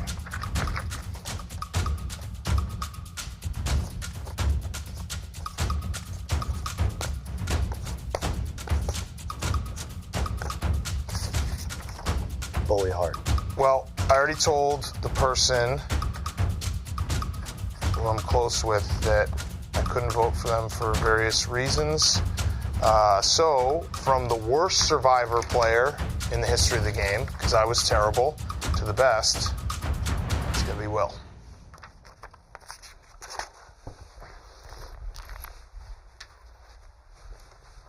Yeah. I don't know. I'm feeling a little speechless about this. Dan, you didn't vote for Jerry after all that. No voting for Jerry. Will played the best game by far. It was insane. Even watching it back this last 3 weeks, I was like, I knew what happened, and every move he made was incredible. Don't you think Jerry played a good game too? Jerry played a really good game. Just not as good as Will. Will was, everything he did, literally every single move, the right move at the right time. Watching him, like I said, I'm not really a Survivor fan, so watching him and seeing like, hey, play back, be team guy. When you got to strike, make sure you strike when you know you have it, and he did it every single way. Do you think that you voted for Will over Jerry because of what Kirk said? What did Kirk say? He said that you were like a fool to vote for anyone but Will. Shay's daughter? No, he said... Oh, I'm sorry, I'm confused. I didn't know. I thought maybe that's why. No, I voted. Maybe Tommy influenced me because he kept on talking about how you got to vote for the best player, and then he had everyone compliment him and tell him how he's actually the best player, even though he wasn't in the final three. But yeah, Will deserved to win. I think it was pretty clear by the end. I think Che played. He's Tony Snell. He never had anyone vote for him, and then he also had no one vote for him. So it was impressive, and then Jerry, I thought, played a great game, but Will was incredible. Yeah, I won't lie, Che. I I barely saw you the whole time. I feel like you were there the whole time, but I never saw you the whole time. Does that make sense? In the finals? No, in the show, like the whole show. I mean, I got blood on these hands. Yeah, but like kinda. It's like half-assed, no? That's just my personal opinion. We can get into it later. But I do want to also throw a little bit of congrats towards Jerry, because I do think that you played a great game, despite I know that there is some bad blood, or there was some bad blood. And I think sometimes you got to break some hearts in Survivor, so I feel that. But how do you feel that, you had your guys, your core guys, Dan, PFT, Hank, Windy City Mafia, everybody's talking about it. How do you feel that not all of them voted for you in the end? They didn't have that confidence in you. They felt that somebody else played better than you. Yeah, I mean, listen, I think Will played great. He played a great game. I'll be honest, when Jeff D-Lo read the first two, there was a part of me that said, I won this game. I was like counting down. I was like, okay, I need 4 more. I'm going to win this game. But I didn't, honestly, coming in here, I didn't think I was going to win. I thought everybody was clear that Will was going to win the game. I felt that vibe from little things I've heard. Mm-hmm. I thought I played a lot better of a game than some people think. And I agree with you actually on that. I do. I think Will is getting all the credit for the smokes hanging, in which the edit kind of showed that. Mm-hmm. But the plan all along was we're going to axe me, PFT, and Shay will kill Gaz. Mm-hmm. And then right after that was Tommy. There was no debate. And we had 3. PFT approached Will saying, hey, we're going to get Tommy. And then Will was like, yeah, we're going to get Tommy. Well, yeah. It was a conversation where I met with Will on the side. And the plan was going into it, I'm going to this meeting with Will to tell Will, let's get Tommy. And I was like, Will, I got a plan. Will's plan was also to get Tommy. Yes. So he told me that. So he was the one that said that out loud to me first. And then I said, yeah, let's do it. We're totally in. We're actually already down for this. But yeah, I mean, I don't want to take any credit away from Will, because Will did a great job. But also, Jerry, you did have that same idea. We all had that same idea. That was the plan for all of us going along with it. Yeah. Yeah, and one other thing I will say this is like, there was like a general consensus of, PFT was kind of running the show. But Interesting. I don't know if that came across all the time. From what people have said and stuff like that, like, Jerry, Charity Case, listen to PFT and Big Cat. True, it does. People are saying that, and people are... I will say this. I wanted Dave. I wanted Gaz next, and then I wanted Tommy after that. And, I expressed that forward to Eric. Eric was, with me the whole time. Right. But I was kind of making those choices, Yeah, the plan going into it, as far as I was concerned, like I wanted Tommy gone first. Yeah. And Jerry talked to me. I had no idea about the deal that Jerry had struck with Tommy. And Jerry convinced me without knowing about it, like, okay, let's get Gaz out first. And looking back on it, like watching that film back, I'm like, why the fuck didn't I get smokes out when I had the chance? What am I, an idiot? I think a lot of people think that when Tommy's in the game. Yeah, sure. but that was Jerry setting that up, yeah. Got it. You guys were too concerned, though, about the idol stuff. Because you didn't even have to play the idol. Idols were weird. The idol got smoked out. The idol play wildly. First made no sense. Because I told you were super concerned about, hey, so can you give me the idol? And looking back, now I'm watching it, and I'm like, oh, damn, I didn't even really see. Why'd you play the idol when I got eliminated? Oh, with Rico? Yeah. Because I thought, so Rico helped me find the idol by finding that clue. Yeah. And he didn't have to come to me to say that. So I thought that there was a chance that it was going to be like a 3-3 tie, like us. But he knew exactly how we were voting. You out. But I didn't know if that was real. Oh, okay. So yeah, that might have been, it was definitely misplayed. But at the end of the day, I thought that there was a decent chance you guys would focus your votes on Rico. And if Rico got eliminated because I didn't play an idol that he had found for me, then I would feel like a piece of shit. What about the one when I got out? Yeah. That's what I'm saying. When we voted Tommy, and we were talking, and I was like, yo, let's make a move and get Tommy. You were still super concerned about the idol, and Jerry ended up playing the idol when he didn't have to play the idol on you. Yeah, so the reason behind that was I was like, man, I think we got Will in our set against Tommy, but I hadn't worked with you before that, so I didn't know if you were going. That was back his plan, right? He came to you with. Yeah, we went in. And I said, "Here's what I mean." You wanted to, but he came. You just said he said it first, right? Kind of. So I just don't think he was gonna flip or something when it was his idea to get Tommy out. When Che turned his back on me and Che turned his back on me and Kirk, there was a thought there because Che played the entire game that Che played was you got to do what's best for Will. Like when you're trying to align with somebody, you have got to let those people know what is in your best interest. So Che was always kind of like a snake in the grass that I couldn't fully trust. So I was never bringing up Tommy. And then when I knew that at some point I could work with PFT and Jerry once we got to the merger, when PFT was like, hey, Will, can we talk? And we got in, I was like, hey, here's what we need to do. We need to make a play. We need to get Tommy. PFT was on board with that. And I was assuring him the whole time. He was like, hey, so what do you do with the necklace? At that time, I didn't know, like, you played the necklace before everybody voted, but I was like, yeah, if you feel like you're going to get out, like, yeah, I'll save you. Because I was like, I promise. When did you guys connect? Like, was it that first time when you were talking about Tommy, or did you guys, because I feel like the alliances were kind of clear where you were with Kevin and John, PFT was elsewhere. Like, when did you guys cross over the aisle, really? It was, so that to me is where I kind of knew how I could maneuver with the alliances, because I had the relationships with different people in different, like, facets of Barstool, to where I knew doing the pro football show with Jerry and Big Cat, and even Che, like, being in Chicago when I would go and visit, it was like that, hey, we're going to go into this. We got guys, we got this. So I knew if we got to the merger, I'd be able to use my influence over there to talk to PFT and say, hey, here's the time to make the move, because I was spiking up all the, like, alliance with, that's when me, KFC, Fights, Kirk was all working on that side. Yeah. So that's when I was secretly trying to connect with PFT while people couldn't see us and be like, hey, let's get Tommy. And then I waited until the very end to tell Che, so that way there wasn't enough time before the vote happened to him go and talk and try to go talk to KFC and Fights, because he was ultimately working with them. So Kevin and John, did you know that he had any kind of outside alliance with the Chicago guys? The friendship, the camaraderie, whatever, you guys went in blind being like, he's our boy?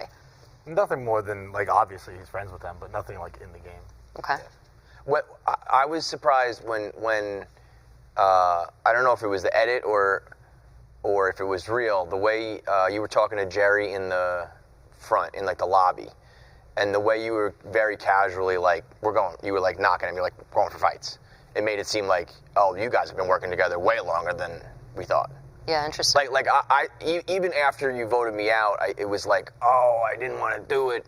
Like, it almost felt like a last-minute thing. But then when I saw that, I was like, oh, no, this has been going on. I wanted Fights out when we tried getting Fights out when Che flipped on Kirk. And then when that didn't, I'm sorry, brother, I didn't want to. I hate it. It worked out every day. I didn't want to do that. Damn. But I felt like we had a similar situation, like the likable, the winning challenges, and then you were winning stuff late. I wanted Fights out the entire time. But when Che didn't side with Kirk and I, Che was like, hey, he threw some Matrix quote at me, like, you ever seen The Matrix? I was like, no. He loves that one. Yeah. He loves that And he was like, I felt like I did what was in your best interest, and I couldn't let you know it. And then after that... I don't want you to have blood in your hands for that. Right, but then the way I saw it was, Che, the next time we were voting, needed to kind of, like, build our trust back up. So I saw that as us, like, me being able to use that on being like, okay, prove it to me on this one. That's why in the 11th hour I went to him. I was like, hey, here's what we need to do. We need to go after Tommy before he could go and talk to you guys. And then I had to go you because Fights never talked to anybody during the whole game. So I could never actually, like, have a full conversation with Fights. He's just like, yeah, man, whatever you guys want to do, it doesn't matter to me. And so I felt like you were kind of the mouthpiece for you and Fights. We all knew we had to break you two up at some point. And so it was mainly just go for you because I couldn't get everybody on board to go with Fights. And at the times we could, it was split and I couldn't risk. Like, to me, that's when, if you have the idol, you have the power to make a move. When I wouldn't have the idol, it would be, I kind of got to fall back and lean on everybody else's interest of getting somebody else out. I can't overplay and say, no, we need to get Fights out. Then it's, hey, Will's talking a lot, he needs to get Fights, and then it builds a target on my back. But so it was just never going to be us three? I wanted it to. I did. I wanted it to. But as the game unfolded, because you didn't. So and that was cold. Like, even I love a reality TV show. That was a high class villain moment. The handshake, and then the total fuck you 5 minutes later. That was wild. And if you see the handshake, he was fully assuring me that he wasn't going to write my name down. I wasn't like, hey, we're not getting you. It was like, okay, now I feel good that, because Jerry knows we sat up top, and I was really concerned about Che, and I told Fights with you? Yeah, but it was like, you got to do what's best for Will Compton. I was like, that's not fair. You say 5 phrases the whole show. The whole time. And if you see all of his alliances, he's aligned with you guys. He's aligned with Jerry. I learned about them being corporal buddies. So I'm like, okay, he's probably not going to write Jerry's name down. But he was still a wild card to me, to where if I went with you guys, What's up? Che was never going to matter like towards the end. But he was, because I didn't fucking trust that you guys wouldn't have got me out if it was me, you, Fights, and Che. Dummy. No. You dummy. No, but there's just no reason to feel that way. Okay, so let me try to explain this. At least how we were like. There's 5 of us there. I felt strongly that if I got in the final 3, I'm winning no matter what the mix is, because there was way too much turmoil that built up with Jerry, even though he was like the most threatening guy. I thought if it was us up here, the votes would go how it went. That I all understand. I thought if it was me, you, and Che up here, I thought the votes would probably be similar. You might have given a hell of a speech and swayed votes, but I felt like it'd be similar. I needed to get fights out, and I feel like I could not speak that out loud. And even to the Che point, because it was I tried telling you, I said, Che makes me feel uncomfortable. I couldn't outright say, I was the guy that should have, they even talked about it. I was the guy that should have got out when it was 5. And when I looked at you, and I just. But Che didn't matter. Che at that point, like in that conversation we had in the hallway, I was like trying to get you to just understand that Che did not matter anymore. But I wanted him out because if it was us 4. No, if it was me, you, Fights, and Che, you guys were in an alliance. Now, it makes sense. You wanted Fights. But once he backstabbed, it was the 3 of us. I know, but that is to me where you fucked up, because it's like the whole what's the quote? Like take out your nose in spite of your face. Like the same thing happened. The same thing happened with Kirk and Che. And instead of me being like he backstabbed them, I'm fucking killing him, I allowed it to play into like, okay, build my trust back up. To me, you were playing a great game. You could have done the exact same thing. Yeah, when it was us 4. I just. Right, that was never even. Watching it back, and that's what made me feel worse about it, because I'm like, he really wasn't going to fuck with Che, even though I was the move in the last 5 people. Like, Che trying to go to you guys and say, hey, Will's this. Well, that was where I was saying, like, as much as I wanted to win, it was also about getting rid of all the Windy City Mafia shit, all the Jerry stuff, the Dave stuff, the Dan stuff. And I just don't think I could have done anything more to convey how much that meant. The only thing that I could have done, which I didn't think I should have done, is say, hey, we got to get Che or else. Because then you easily have a conversation with Che, and he's like, hey, you guys might be right. I tried expressing it. Yeah, if you had said like, hey, I swear to you, and you shook my hand, I was like, fuck, I think I'm solid. Jerry calls me up to his office. He gives me the Mafia talk. Talking like the Don, and I was like, hey, I feel like we can do that, even though it wasn't. Yeah. It was the most advantageous move for myself personally. I feel like I can kind of see where you're coming from on that. I do think maybe a little more transparency maybe with you. You were very blindsided by that. I've never seen you quite as blindsided as you were on that show. So I think that, I don't know if that means that you played the game well or what. But if he said like we have to vote out Che, or I'm like, I would be like, okay, we're voting on Che. But I wanted, if I knew that could have happened, I would have done that. But again, you guys were all like, you're getting down to the final 5. The $100,000 is right there. It's day 4, 5, whatever. Like we haven't seen the sunlight, none of that. So I'm like, hey, I think I'll beat them with the speeches in the final 3. So it really didn't matter. If I could have got fights out, I would have. But he won the fucking immunity. Yeah. Just waking up. I want to draw a parallel a little bit to what you did based on the way that Kevin kind of spun that story. Was that you guys were, 3 best friends, you're planning a vacation soon, you're doing all this stuff, and I feel like you are maybe now in this conversation getting a little bit of shit for that betrayal, but I want to ask Dave actually, what is the difference, do you think, between Will kind of backstabbing both of them versus the feelings that you feel towards Jerry, Rico, your squabbles throughout the... Well, I was only mad at Jerry in the game. Right. Oh, that's good to know. Well, that was pretty obvious. Well, no, I feel like it's obvious to us, but I feel like it may not be obvious to Rico. No, Rico knows I wasn't mad at him at all. It was the old dog. Okay. Ships in the night. Yeah, no, because Rico, I don't know if that's what I heard. Okay. Yeah, no, I was definitely, Rico fucked up. Okay. Like, I thought Rico had the opportunity when PFT slipped up and Rico realized he was on the bottom, didn't know the idol. I thought Rico then should have been like, flipped to us, be like, Jerry's a double agent, but I wasn't. Sure. Rico, we were never with, so I didn't think. How come? Because when it was, I saw it was 4-on-3, and I talked to Rico. I thought it was a credit to Rico. I thought Rico is closer to Dan and has a longer relationship with Dan. So when I tried to approach Jerry to flip on Dan before the idol was got. So we never, it was always before I was voted out, it was PFT and Rico together with Jerry being like, what are they up to? We got to watch them too. So he was feeding me lies the entire time. I also, it does bleed. Like, obviously, I was super mad. That speech, I stand by it. It was a great speech. People were like, oh, you're so mean to Jerry. I don't give a fuck. It's a game. Agree. Like, we dapped up right after, like watching sports maybe 5 minutes after. I still... He's more of a shtick guy than I thought before. Well, that was my next question. Where do you guys stand right now? Like, we're you're good. dapping up, you're whatever, but like, did you unblock his phone number or what? Yeah, we've been unblocked. We've been good. Okay. I mean, how long did that last? I mean, let me put it this way, though. If two dogs are scratching at the door, the old dog's getting in. There we go, Rico. So, There we go, what a difference a year makes. That's all he's ever wanted. I also think I'm a Survivor guy. I love playing the game, so I was so mad that I was out. And I kind of said to Dan, because Dan was a pouty guy. I was mad too, yeah. And it's like, I was until you get your pound of flesh, Correct. you're just furious. So Jerry was the only fucking guy. And he made it worse because, and I don't know if it was in there, like after he got me, the next day on the next vote, he basically just taunted me. He's like, we had thing. He's like, how do I make it right? I'm like, if you get out PFT, you have my vote. He's like, okay, I'll do that. And they just lied again. So it's like, all right. It's like, fuck this guy. A lot of lies.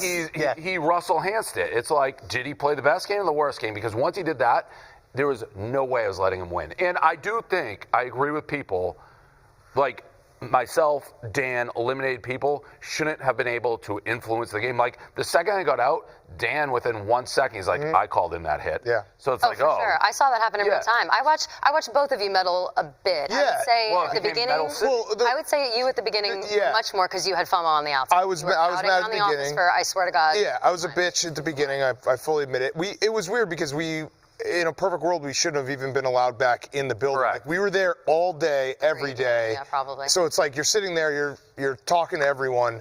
But yeah, I definitely was a bitch at the beginning. But the end, people are exaggerating how much I was meddling at the end. Like, I voted for Will, and I also, like, I didn't even know half these things that are going on. I wasn't. Did you vote for Will just so you could? Did you vote? No, for Will he so played you the could best say, game. Like, I wasn't meddling, I swear. No, I mean, I don't know what happened basically after, like, Dave got out. Like, I was not, like, talking to people every single day, like, what's going on? Tell me how this is going. I never talked to Che. Well, why do all the I don't know Jerry about stuff that, all though. week and then vote for Will? Because Will played the best game. And I didn't do Jerry stuff all week. I did Jerry stuff to get Dave out. The idea that I was, like, masterminding this game from behind. Well, Dave was crazy. Place where you voted out, so that was at least 3 days. Fourth. No, it was the first. Beginning of the second day. Yeah, beginning of the second day. Yeah, I was the second. And by meddling. Yeah, by the way, he was. I didn't even show it. I kind of like Jerry's demeanor. He just was a straight fucking liar, aggressively to me the second the game. So I was fucking pissed. But by the way, I was very mad. Meddling. I told PFT and Jerry, like, please vote Dave out. To diminish PFT, like, and Jerry and Will and all these guys, like, they're playing the game. I'm not able to tell them what to do at any point. Like, that's crazy. Okay. Do you think that? I personally think watching it back and knowing and being in the office, I have a little bit of an advantage because I was there. The Sunday of football. Yeah. You went on about, tell me, I did a little research myself. I was trying to figure it out. Was that the most important sports week in the year? Listen, you said that. And I was like, wow, then maybe it's crazy we scheduled every single sports person in the company to be on this thing that they can't watch sports. But I don't know if it was, though. The most important sports week of the year? We had a free Friday. October 7th week is what it was. It was baseball playoffs. I know you're mocking me now. I mean, if you have to talk about like the Eras tour again, I'll kill myself. It was baseball playoffs. It was everything.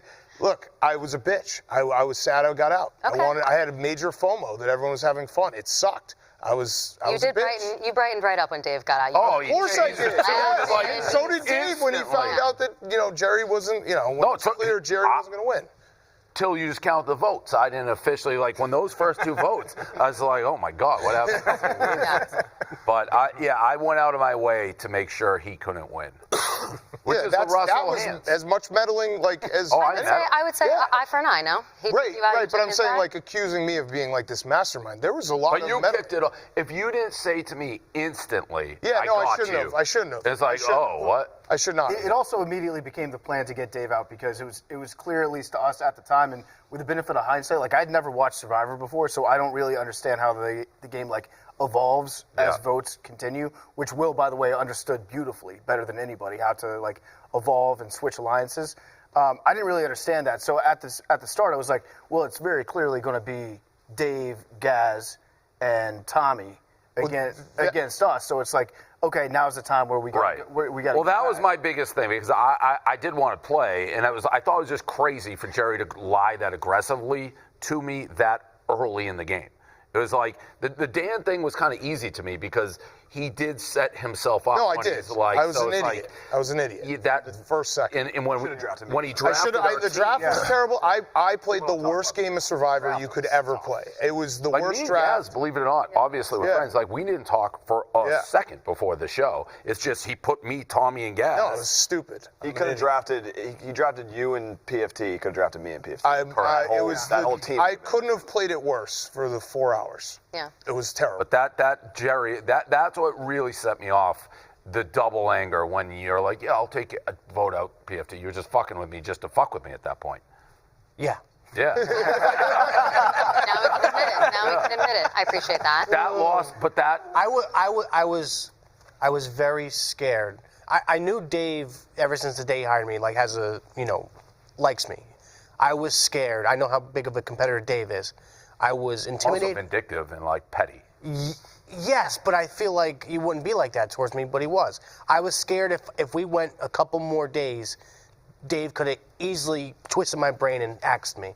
But watching it back, when I literally was going to kill myself for you. Yes, I seen that part. I wasn't really thinking in the moment about that part. You didn't, like I was dead ass on. It's like I voted Gaz before you. Yes, I know.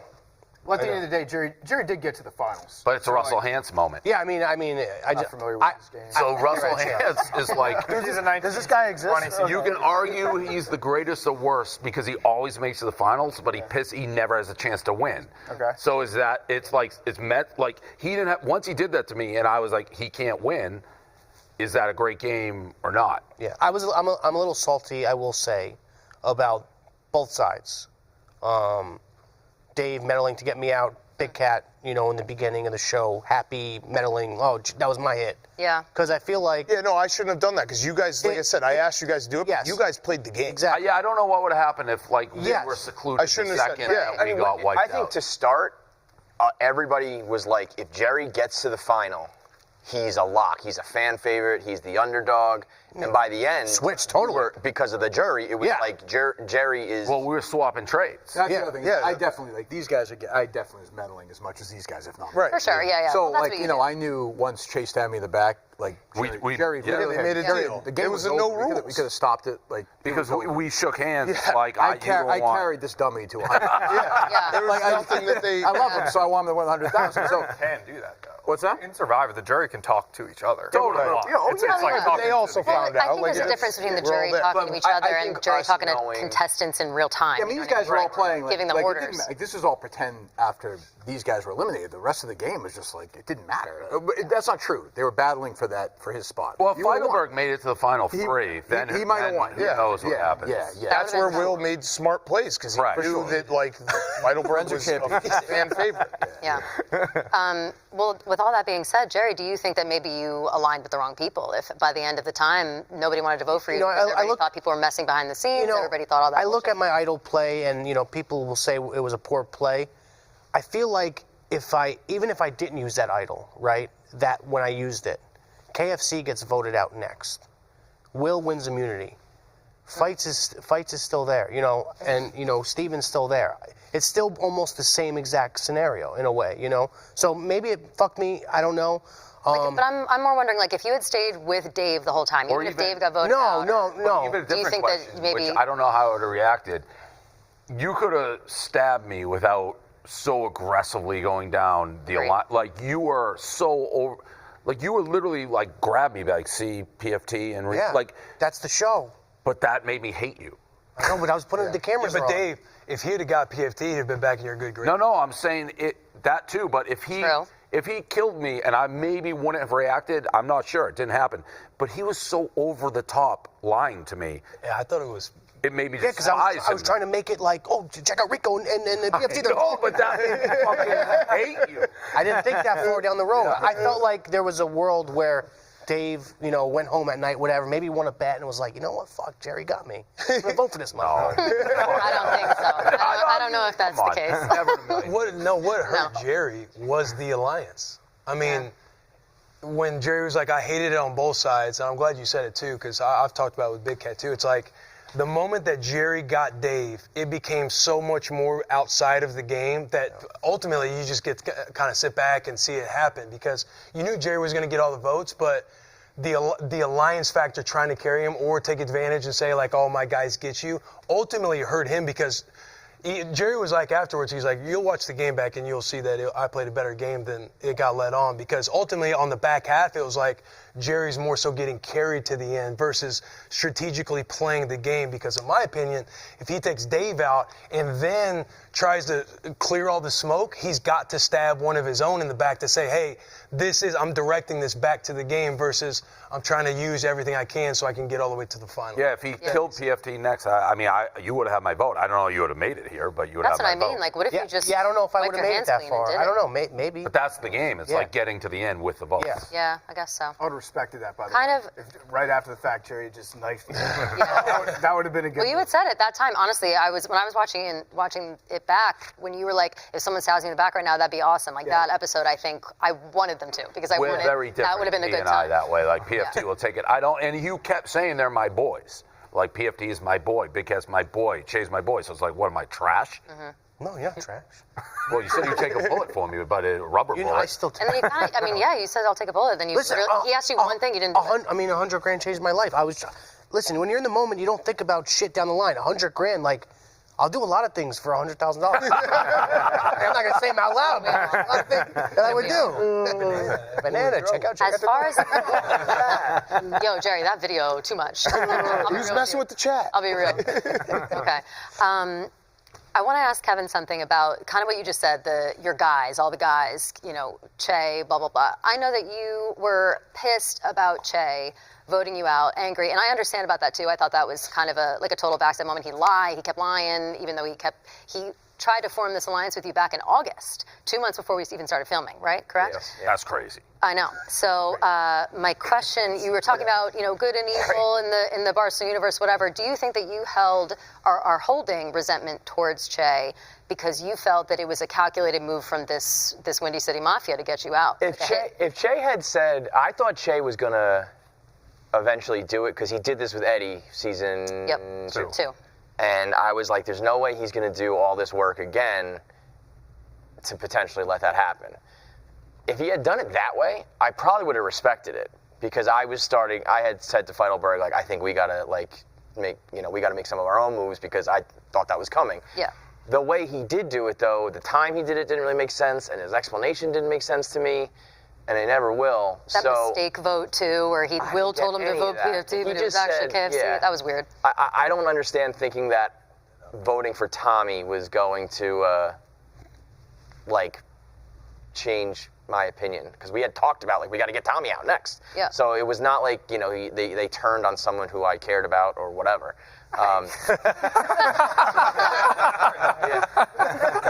You had to go at some point. It was like, I was like, strong. We kind of had me and John had a lot of different alliances, and it was like, we're gonna have to stab hopefully all these fucking people in the back at some point. So the explanation didn't make sense. The timing didn't make sense. So that was what bothered me about it. But it didn't work. In that moment, it didn't work. It was like you tried, and it wasn't enough to get me. But yeah, after that, I was done with him. Are you still done with him? He's Che. I don't know. What did Rico say? I feel like that's what everybody says. That's what. We've talked about the game. I think it's fun. This is a trying experience for pretty much everyone that played the game. But I was annoyed. I said it to you in the beginning. I was like, when the chips are down, you're not going to ride with us. And you were like, it's a game, and everyone gets that. And I was like, I think you're going to fold, and you did. Yeah. And you did. And that's my own. And I should have made the move first. but it was working so fucking well. It was like the plan you came up with and the way we executed it, me and John, it was working. So I was like, and he had immunity. It was like our trio is now stronger than ever because one of them has immunity, and like let's keep going. And you bailed. Yeah, you're riding high that day. You're a big pussy. Yeah. I tend to agree. We had no time before the vote. We didn't have time to really. It was like I thought that I had crossed, and then we didn't really have time. We had 3 minutes in front of everyone. You didn't look at me or talk to me, so I figured at that point it was like I was dead to you. So let's just finish it. I mean, your alliances were everywhere, though. Well, Che, that's my next question. When you were sobbing like a little girl when you were voting on PFT, my question really about that is, were you actually crying and sad because you were like hurting your friend, or were you worried that you were going to like be in trouble with the crew, with the boys? No, I knew that at that time. Hell yeah. Come on. Shot, not in the face. I don't like that. At that time, he's telling me to vote him out as I'm going up. And I know these two don't know that if I don't swap, then us three are going to the Where have you been? So that was a high stress situation, and PFT is telling me to vote him out, and I don't want to do that. Yeah. But I know, like, I have to protect myself. So, Steve, do you think you played a good game because you got 0 votes? That's always the Well, nobody also got 0 votes is actually very tough. No one voted for him. But I mean, you got carried to the finals. Yeah, but I did. Yeah, absolutely. Yeah, that's always the beauty. That's why Survivor is the best game. It's like, did you play good? If you weren't even close to winning. If you could do it over again, you wouldn't play the game the same way. I would not. No, I would not. I think the way we would have kept Kirk. I think looking like I would have had to been pretty fluid. I mean, the only reason. the only reason. I mean, the minute you got rid of me, you lost the game though. Maybe you win. If it's 1%, it makes more sense. I don't know. I think if we stuck with our plan, and you were like, I called this in August, and I executed Kevin, he was never winning after that. Because I guess so, but I still think there's a world. I mean, I guess at that point with all the jury meddling, there was none. But it was like if you called your shot in August and did it, I think that would have been better. There's a way to play a game where you backstab everyone, and people are like, "Oh, I respect it. I like you." Right. Yeah. Che, for whatever reason, with Che, it just did not bad backstab. That feel. Yeah. Yeah. What's the difference of the backstab? Well, some people gloat and taunt like the next day. Be like, "Want me to get out PFT? I will," and then just don't. Which makes someone hate you. No, I'm just like Rico. Will backstabbed Rico. It's how you do it. It's tact. How they did. And then Rico's mad at That's Che. true, because I think Will stabbed as many people in the back as some other people. I kind of said this earlier, but I think that it was maybe done in a way that was a little better. The beauty of this Surviving Barstool is there's a big mix of people. I'm included in the never watched Survivor. I think there's a lot of people who've never watched it, and it's like, you're like, oh fuck. Like when I got voted off, I was like, oh shit, that's how the immunity works. God damn it. And then Tommy tried to talk to me. Fuck. And there's different types of moves. Like I honestly didn't think Dan would care. Like I did after, but it wasn't like we weren't like deep handshaking where like we were deep and it was you initiating it. Yeah, we broke bread, It's tough. It's tough to break bread and then stab somebody like that. It's tough. I won't lie. Kirk, I want to ask you. I love the cheese. I cracked up about that, Rico, as well. Great bit. I wonder if do you think that Che deserved all the anger towards him? Do you still feel that way? Yes. I'm just curious. I'm torn on it. I swear to God, when I was done, I was like 6 out of 10. Like I thought it was pretty easy. I'm dead serious. It wasn't enough. Yeah. Because I mean, I take it. I heard PFT and Dan say during the thing that you shouldn't take it personally. I happen to disagree. Like I played this game to win and was in it 100% from the start. So when Che and I and Will, I thought had an alliance, I found he was stabbing me in the back. I was like, fuck this guy. Yeah. So like the whole time. That's why I found it not offensive because I like PFT and I liked it. But when PFT was like, I kind of throw in the game. Like I want, like, I found that disgusting. Yeah. Like you're in it to win it. This is not a charity case. And when he said that, that was the only time during the whole thing where I was like, what the fuck are we even doing here? Yeah, I agree. You know what I mean? Like there's nothing against it. I was just like, and you do it for your own reasons because you like. Do you get mad at like you're not like poor? Like why is everybody talking about? Okay, like here's the thing. Like I'm not rich. Right, but it's true. I borrow. I'm not 100 grand's nothing to sneeze at, but I feel like everybody's acting like you're literally living on the street. I'm not talking about the money though. I'm just saying like when the narrative, especially once the fans kind of picked up on. Listen, dude, like I look at it like this. People say charity case and whatnot. Like, dude, He texted me last night, asked Content Kim if she was on payroll. I was like, Yeah. what are you talking about? I was like, well, that's not charity. She baked cookies. She baked cookies to have a salary. She's still alive? What a ricochet. Don't drag Content Kim into this. She did more than that. She did more than that. I'm voting for Jerry. She changed her vote. I'm not talking even about the money. I'm saying I want him to win it. Give your vote to Jerry. It's like completely. I think that hurt you when you were like, how about you vote for me? Because like you said, I never had immunity, but I'm still fucking here. I won the challenge. Yeah, I feel like I said in the beginning, like I felt like that definitely hurt me. It wasn't your fault. It was just how you were portrayed. Did you ever think about saying like, yo, stop doing that? Yeah, good question. No, because in a weird way, like I felt like I had a couple votes in my pocket already. You know what I mean? Did you maybe overestimate how much like people were agreeing with your group? Because I feel like I mean, we'll say this, and I want to direct it towards Kirk actually, but because you're someone who's not in either Chicago or New York, but I do feel like that there's always this clear divide, especially in this game, and I'm wondering like what's it all about? Like why are we pussyfooting around about it? Like what's the deal? About what? About the rivalry between New York and Chicago, and I think that at a point for Jerry, it's like he's with Chicago and he wants that backing and he thinks everybody's going to be on that side. Well, there's something going on reality, there it's that not goes quite like way that. beyond before I was here, so I don't know the answer of it. Yeah, and I wasn't. I think Dave could have been from Neptune. Like that was a difference. Yeah. That wasn't a Chicago, New York thing. No. Kevin started to allude to it a bit in his final speech. He didn't go all in. That too. So there is something going on. Care to elaborate? I think the Chicago thing gets a little weird. Like it's not. It didn't really play in that big, but when I saw Hank voting for Jerry, like cheering for Jerry, I was just like, this is a dude you have like deep roots with. Against Feidelberg, you mean? Yeah. Like Sorry. And like just some of that stuff, it's like the constant like backing of Jerry. Well, you and Fights voted Hank out. Yeah, but like that to me, like Will voted me out, and like that's part of the game. Whereas like if that situation happened to me, but someone that I had the history that I had with that those two have, I think I would be rooting for that guy 100%. But you have history with Hank. You voted him out right away. Yeah, but like that's I think I went. Time out now. Right. And then I'm with you guys there, but these are horrible, Hank Jeff.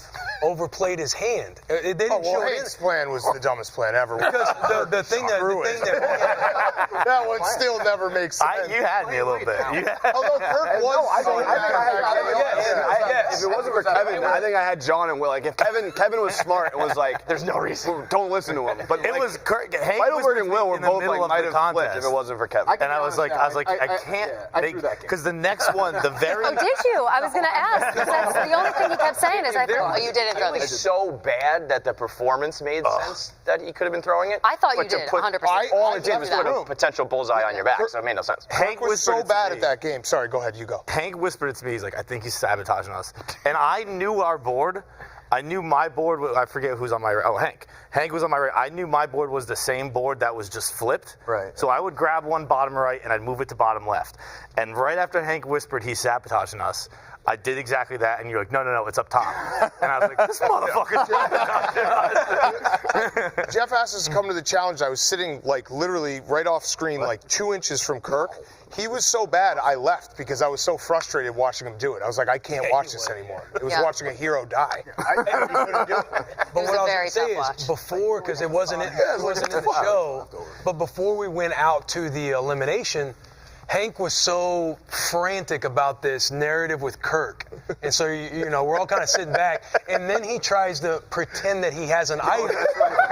So once he did that, it's like, okay, That was offensive. Like, that was the worst thing the pretend idol I've ever. I think I had like a racquetball. I love that play where Hank's strategy was to lay in bed, hoping somebody would come in and see him holding a bag. Be like, you got the idol. That's the best. I'm in the I haven't watched Survivor Camp, and I was like going off of just vibes. I'm like, this makes sense to me. And anyone that's watched any of these reality shows is like, this is actually the worst strategy you could possibly have. Lesson learned. For the Chicago thing, I never really thought about it. We have T-shirts on sale, by the way. Yeah, New York against Chicago. Except Windy City Mafia is a very good nickname. Yeah, very good. Yes. But it was, I went into it with a different outlook on the game than how I finished it, because, again, never seen it before, didn't really know what I was in for, and I was like, you know what? I got Jerry on my team. I got Rico on my team. I'm going to align with these guys. That's our team. So were you aligned with Dan or no? Well, yeah. I mean, at the start we were watching football. Well, actually, the fun right. thing. Sorry, I forgot about. We screwed up the first biggest vote. sports week of the year. I forgot. We screwed up the first vote because we were watching football, and I was just like, I'm going to vote Tommy out because Tommy. We didn't even think about it. And then he probably doesn't have the idol. Didn't think about what would happen if he did. But he's an idol fine. I'm so stupid. I didn't even think about it. I was so dumb. You did say to me before, you were like, I'm voting as if you have the idol. Right, but in my head I was like, that would mean you're not voting for me. I didn't understand the game. Yes, when it happened, I was like, oh, that's how it happened. Yeah, okay, I'm an idiot. But yeah, Hank actually told me before, because we never had like, oh, we're gonna have this strong alliance. Hank actually said to me before, he's like, if it comes down to you and Dave, I'm gonna save Dave. He said that to me. And you couldn't know because we didn't know the teams. Yeah, like, right. So you didn't know. My pre-alliance was actually Nate, just because he wouldn't leave me alone at the Pizza Fest. He wouldn't leave. I was upstairs, and he wouldn't stop talking until I'm like, all right, I got an alliance. But that was made of like dental floss. Like I would have broke that in a heartbeat. And it was Tommy, but it was kind of like a joke. And then Gaz ended up on my team. Joke. I mean, like we were together. Well, I mean, that's a good question though, Nate. Do you feel like you? I know that you asked to be on the show. You weren't actually asked. That, ironically, is how Jerry got on. Interesting. How? Yeah, Do you feel, two more. There were 12. Oh yeah, you were a last-minute addition as well.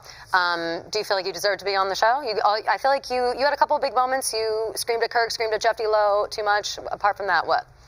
Yeah, I definitely deserve to be there. I mean, the dog definitely. I mean, I've been here for 10 years. I think it was offensive that I wasn't on it to begin with.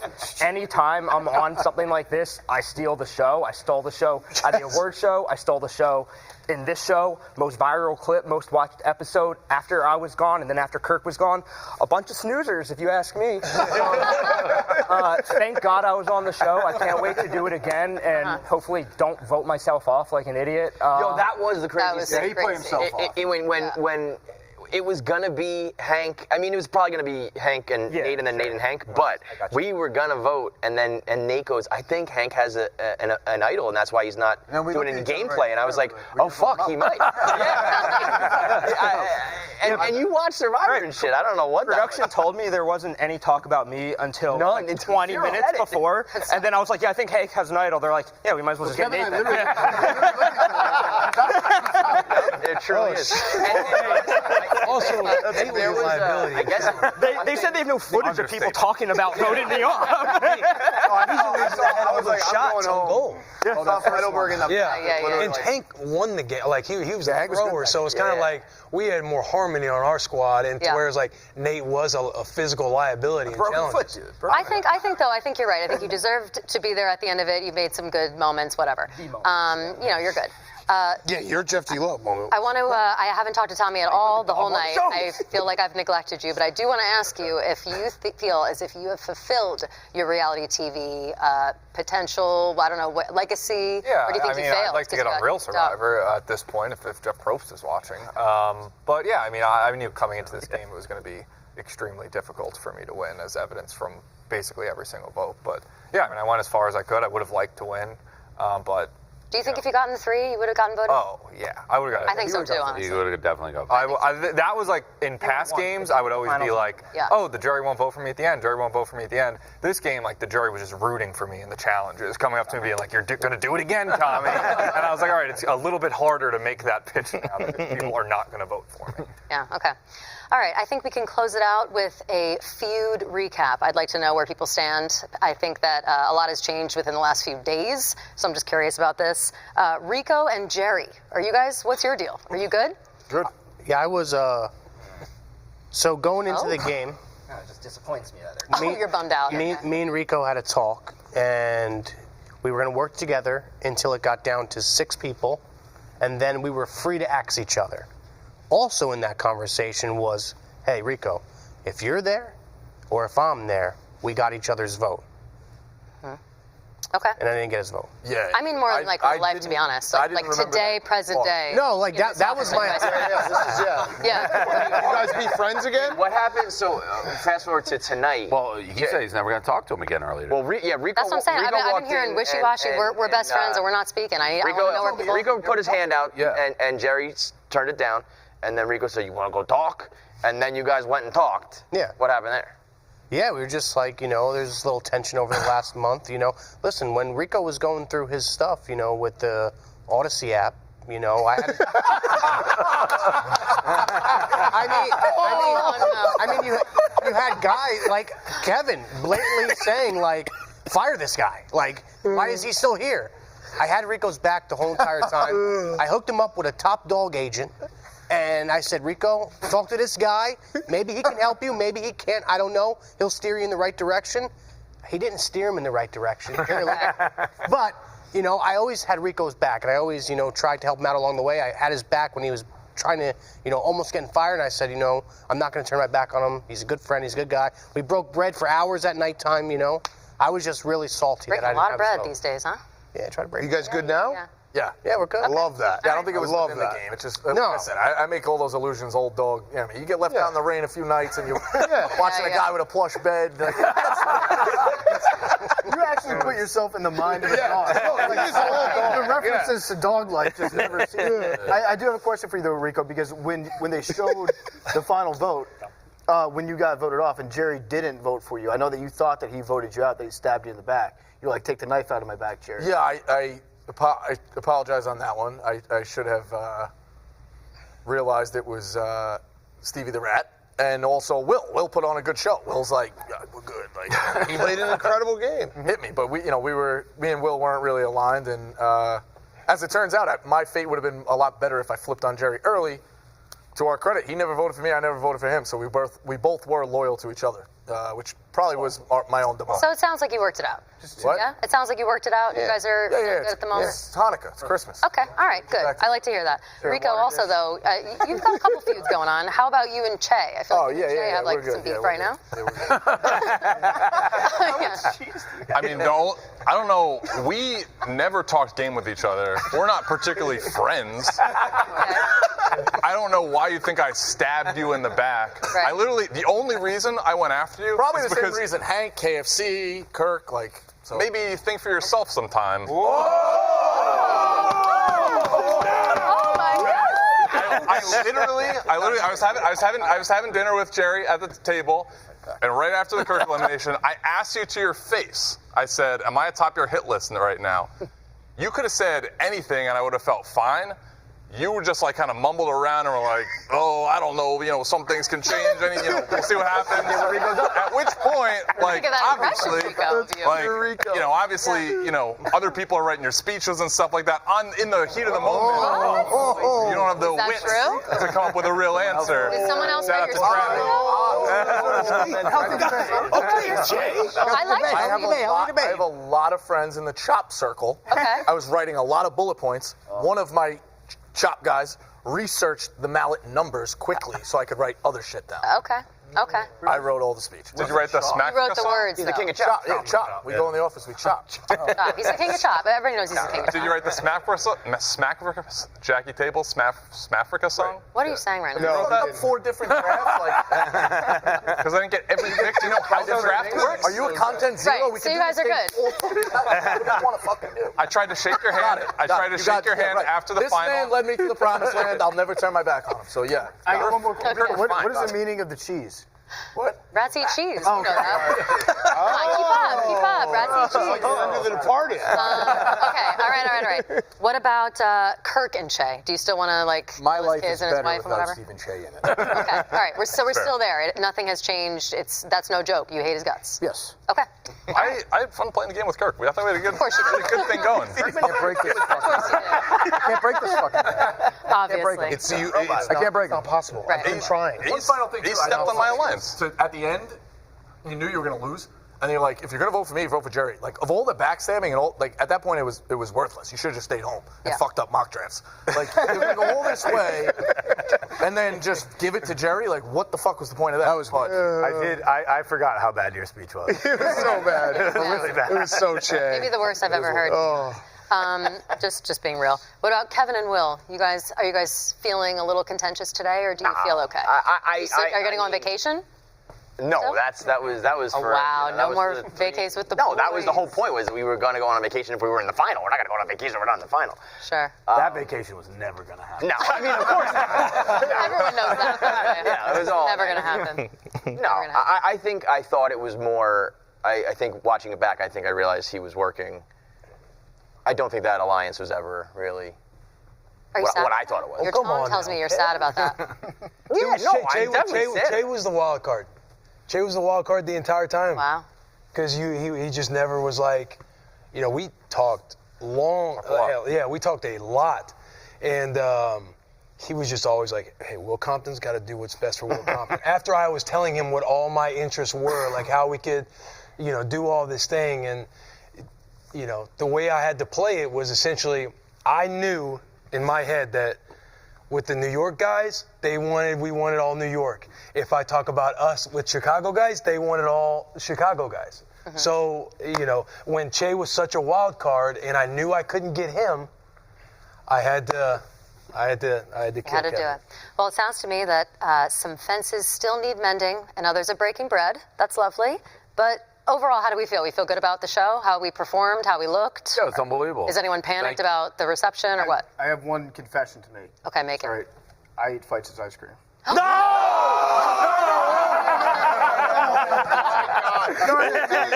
Oh my God. Does anyone want to pass It was you. It was not me. No. Yeah, Ron convinced me on the accent. All right, so I was going to let that silence play out a lot longer, but Fights wanted to fucking kill me. No, I was going to see if somebody confessed to it and wouldn't just let me take the heat for it. But yeah, whoever did that. I think that was something behind the scenes. It had to. And they had a small window where they could have said it was me, and we all would have laughed, and then it went on now too long. it's let's worse than murder. Yeah, now it's worse than murder. John, what if you show up to work or something and there is a replacement ice cream in there, one that you had before? Nah, that's not the same. An anonymous ice cream drop-off? You're not down? Kelly, Okay. Ice cream. I got No, I just underpants. No, 3 a.m. underpants. I've been there. I've been there, and I understand. I mean, that's the one mistake production made the entire time. Not catching Right. Otherwise, flawless performance. Exactly. Well, all right. I feel like you guys, you played well. Last thing, too, before we end it, thank you to everybody who bought it. There's wild conspiracy theories that we set it up. We didn't. This last episode was primarily the reason we're like, well, they're going to Kirk's speech. I mean, it was times X. So thank you for everybody. 30,000 people bought it. So, and I don't know when we'll come back with it. We have a lot of people who haven't played who would be great, whether it's like Biz, Whitney, foreplay guys, Kelly, you mixing in some of the girls. So Brianna, we'll come back with, I think, a 20-person cast is what we're talking about. Oh, yeah, wow. Maybe up the prize a little bit. I don't know when we'll do it. This is kind of magic in a bottle type thing. So thank you. Fuck Ben Mintz. Oh, Ben Mintz. So much I thought he was going to drag him out. No, I didn't want to take away from this, but he spoiled the pre. Twice. Yeah. Twice. We have a little bit of fun coming, courtesy of Jeff D. Lowe. I don't know, it's not as much fun, just a real wrap I thought up. it's a fun thing. No, it's, I mean, all right. he kind of did what he answered what my last thing. My last thing was going to be, what do you think? Good job, Kelly. My last thing would be like, what do you think next? By the way, we got to get Whitney to do the show. I feel like it's like a Whitney, full You got to wait rest, Whitney to do everything. Yeah. No, he'll lock in and then he'll. There should be a Psychos only. I want Dante the Don, yeah. Red Rhino. Okay, wait, before we go, does anyone have like a must? Because Dave just rattled off a bunch of great names. Do anyone have like a must play next time? I know Roan's been thrown out there. I think Don's a great Dante one. the Don. Yeah, Caleb would Dante. be funny in it. Yeah, we have a lot of people. R.A. All right. All right. I mean, there's people outside the world. I know, like Shane Gillis is talking about. I'm curious people outside of bars. Brandon Walker would probably, the anxiety would cripple him, but he would be good TV. Frank the Tank. And we have a unique group, like competitive, like you don't get that mad unless like I didn't, I was just like hated Jerry. So, you have, what's that? Not mad. No, I said you were mad. But would you do no like really remote, I'm not saying like go to an island, but like remote, no phones, no shows for like a week, something like that? Yeah, Because that did make it tough. No shows. Like you had to record shows. Dan had to record shows. So you couldn't really phones. If we wanted to really do it, 180 from if we wanted to, listen, if everyone's choosing to medal, it's going to go all the way. Fuck it. This is future big cat. Yeah, no, it's something I'll never do, but I'll sign everyone else up for it. Second weekend of February. You guys have fun. You guys have fun. What's a from Rico yelling at the ref in the first challenge to I'm Jerry to throwing cheese. We have wasted so much. Cheese people are so mad right now. We've had so much cheese. And to Will Compton joining Tommy Smokes and Eddie as the 3 champions of Surviving Barstool. That is it. Thank you. Big shout out to Jeff D-Log. Yes. It was if I never get to host again, this one was awesome. Thank you so much, everyone, for watching. Support, like Dave said, was awesome. Good night. We will see you next time. Yay! Oh, God, it's nice. Congrats. Well done. Getting Good job, Dave. Oh, Will. I thought you and I were going to play that.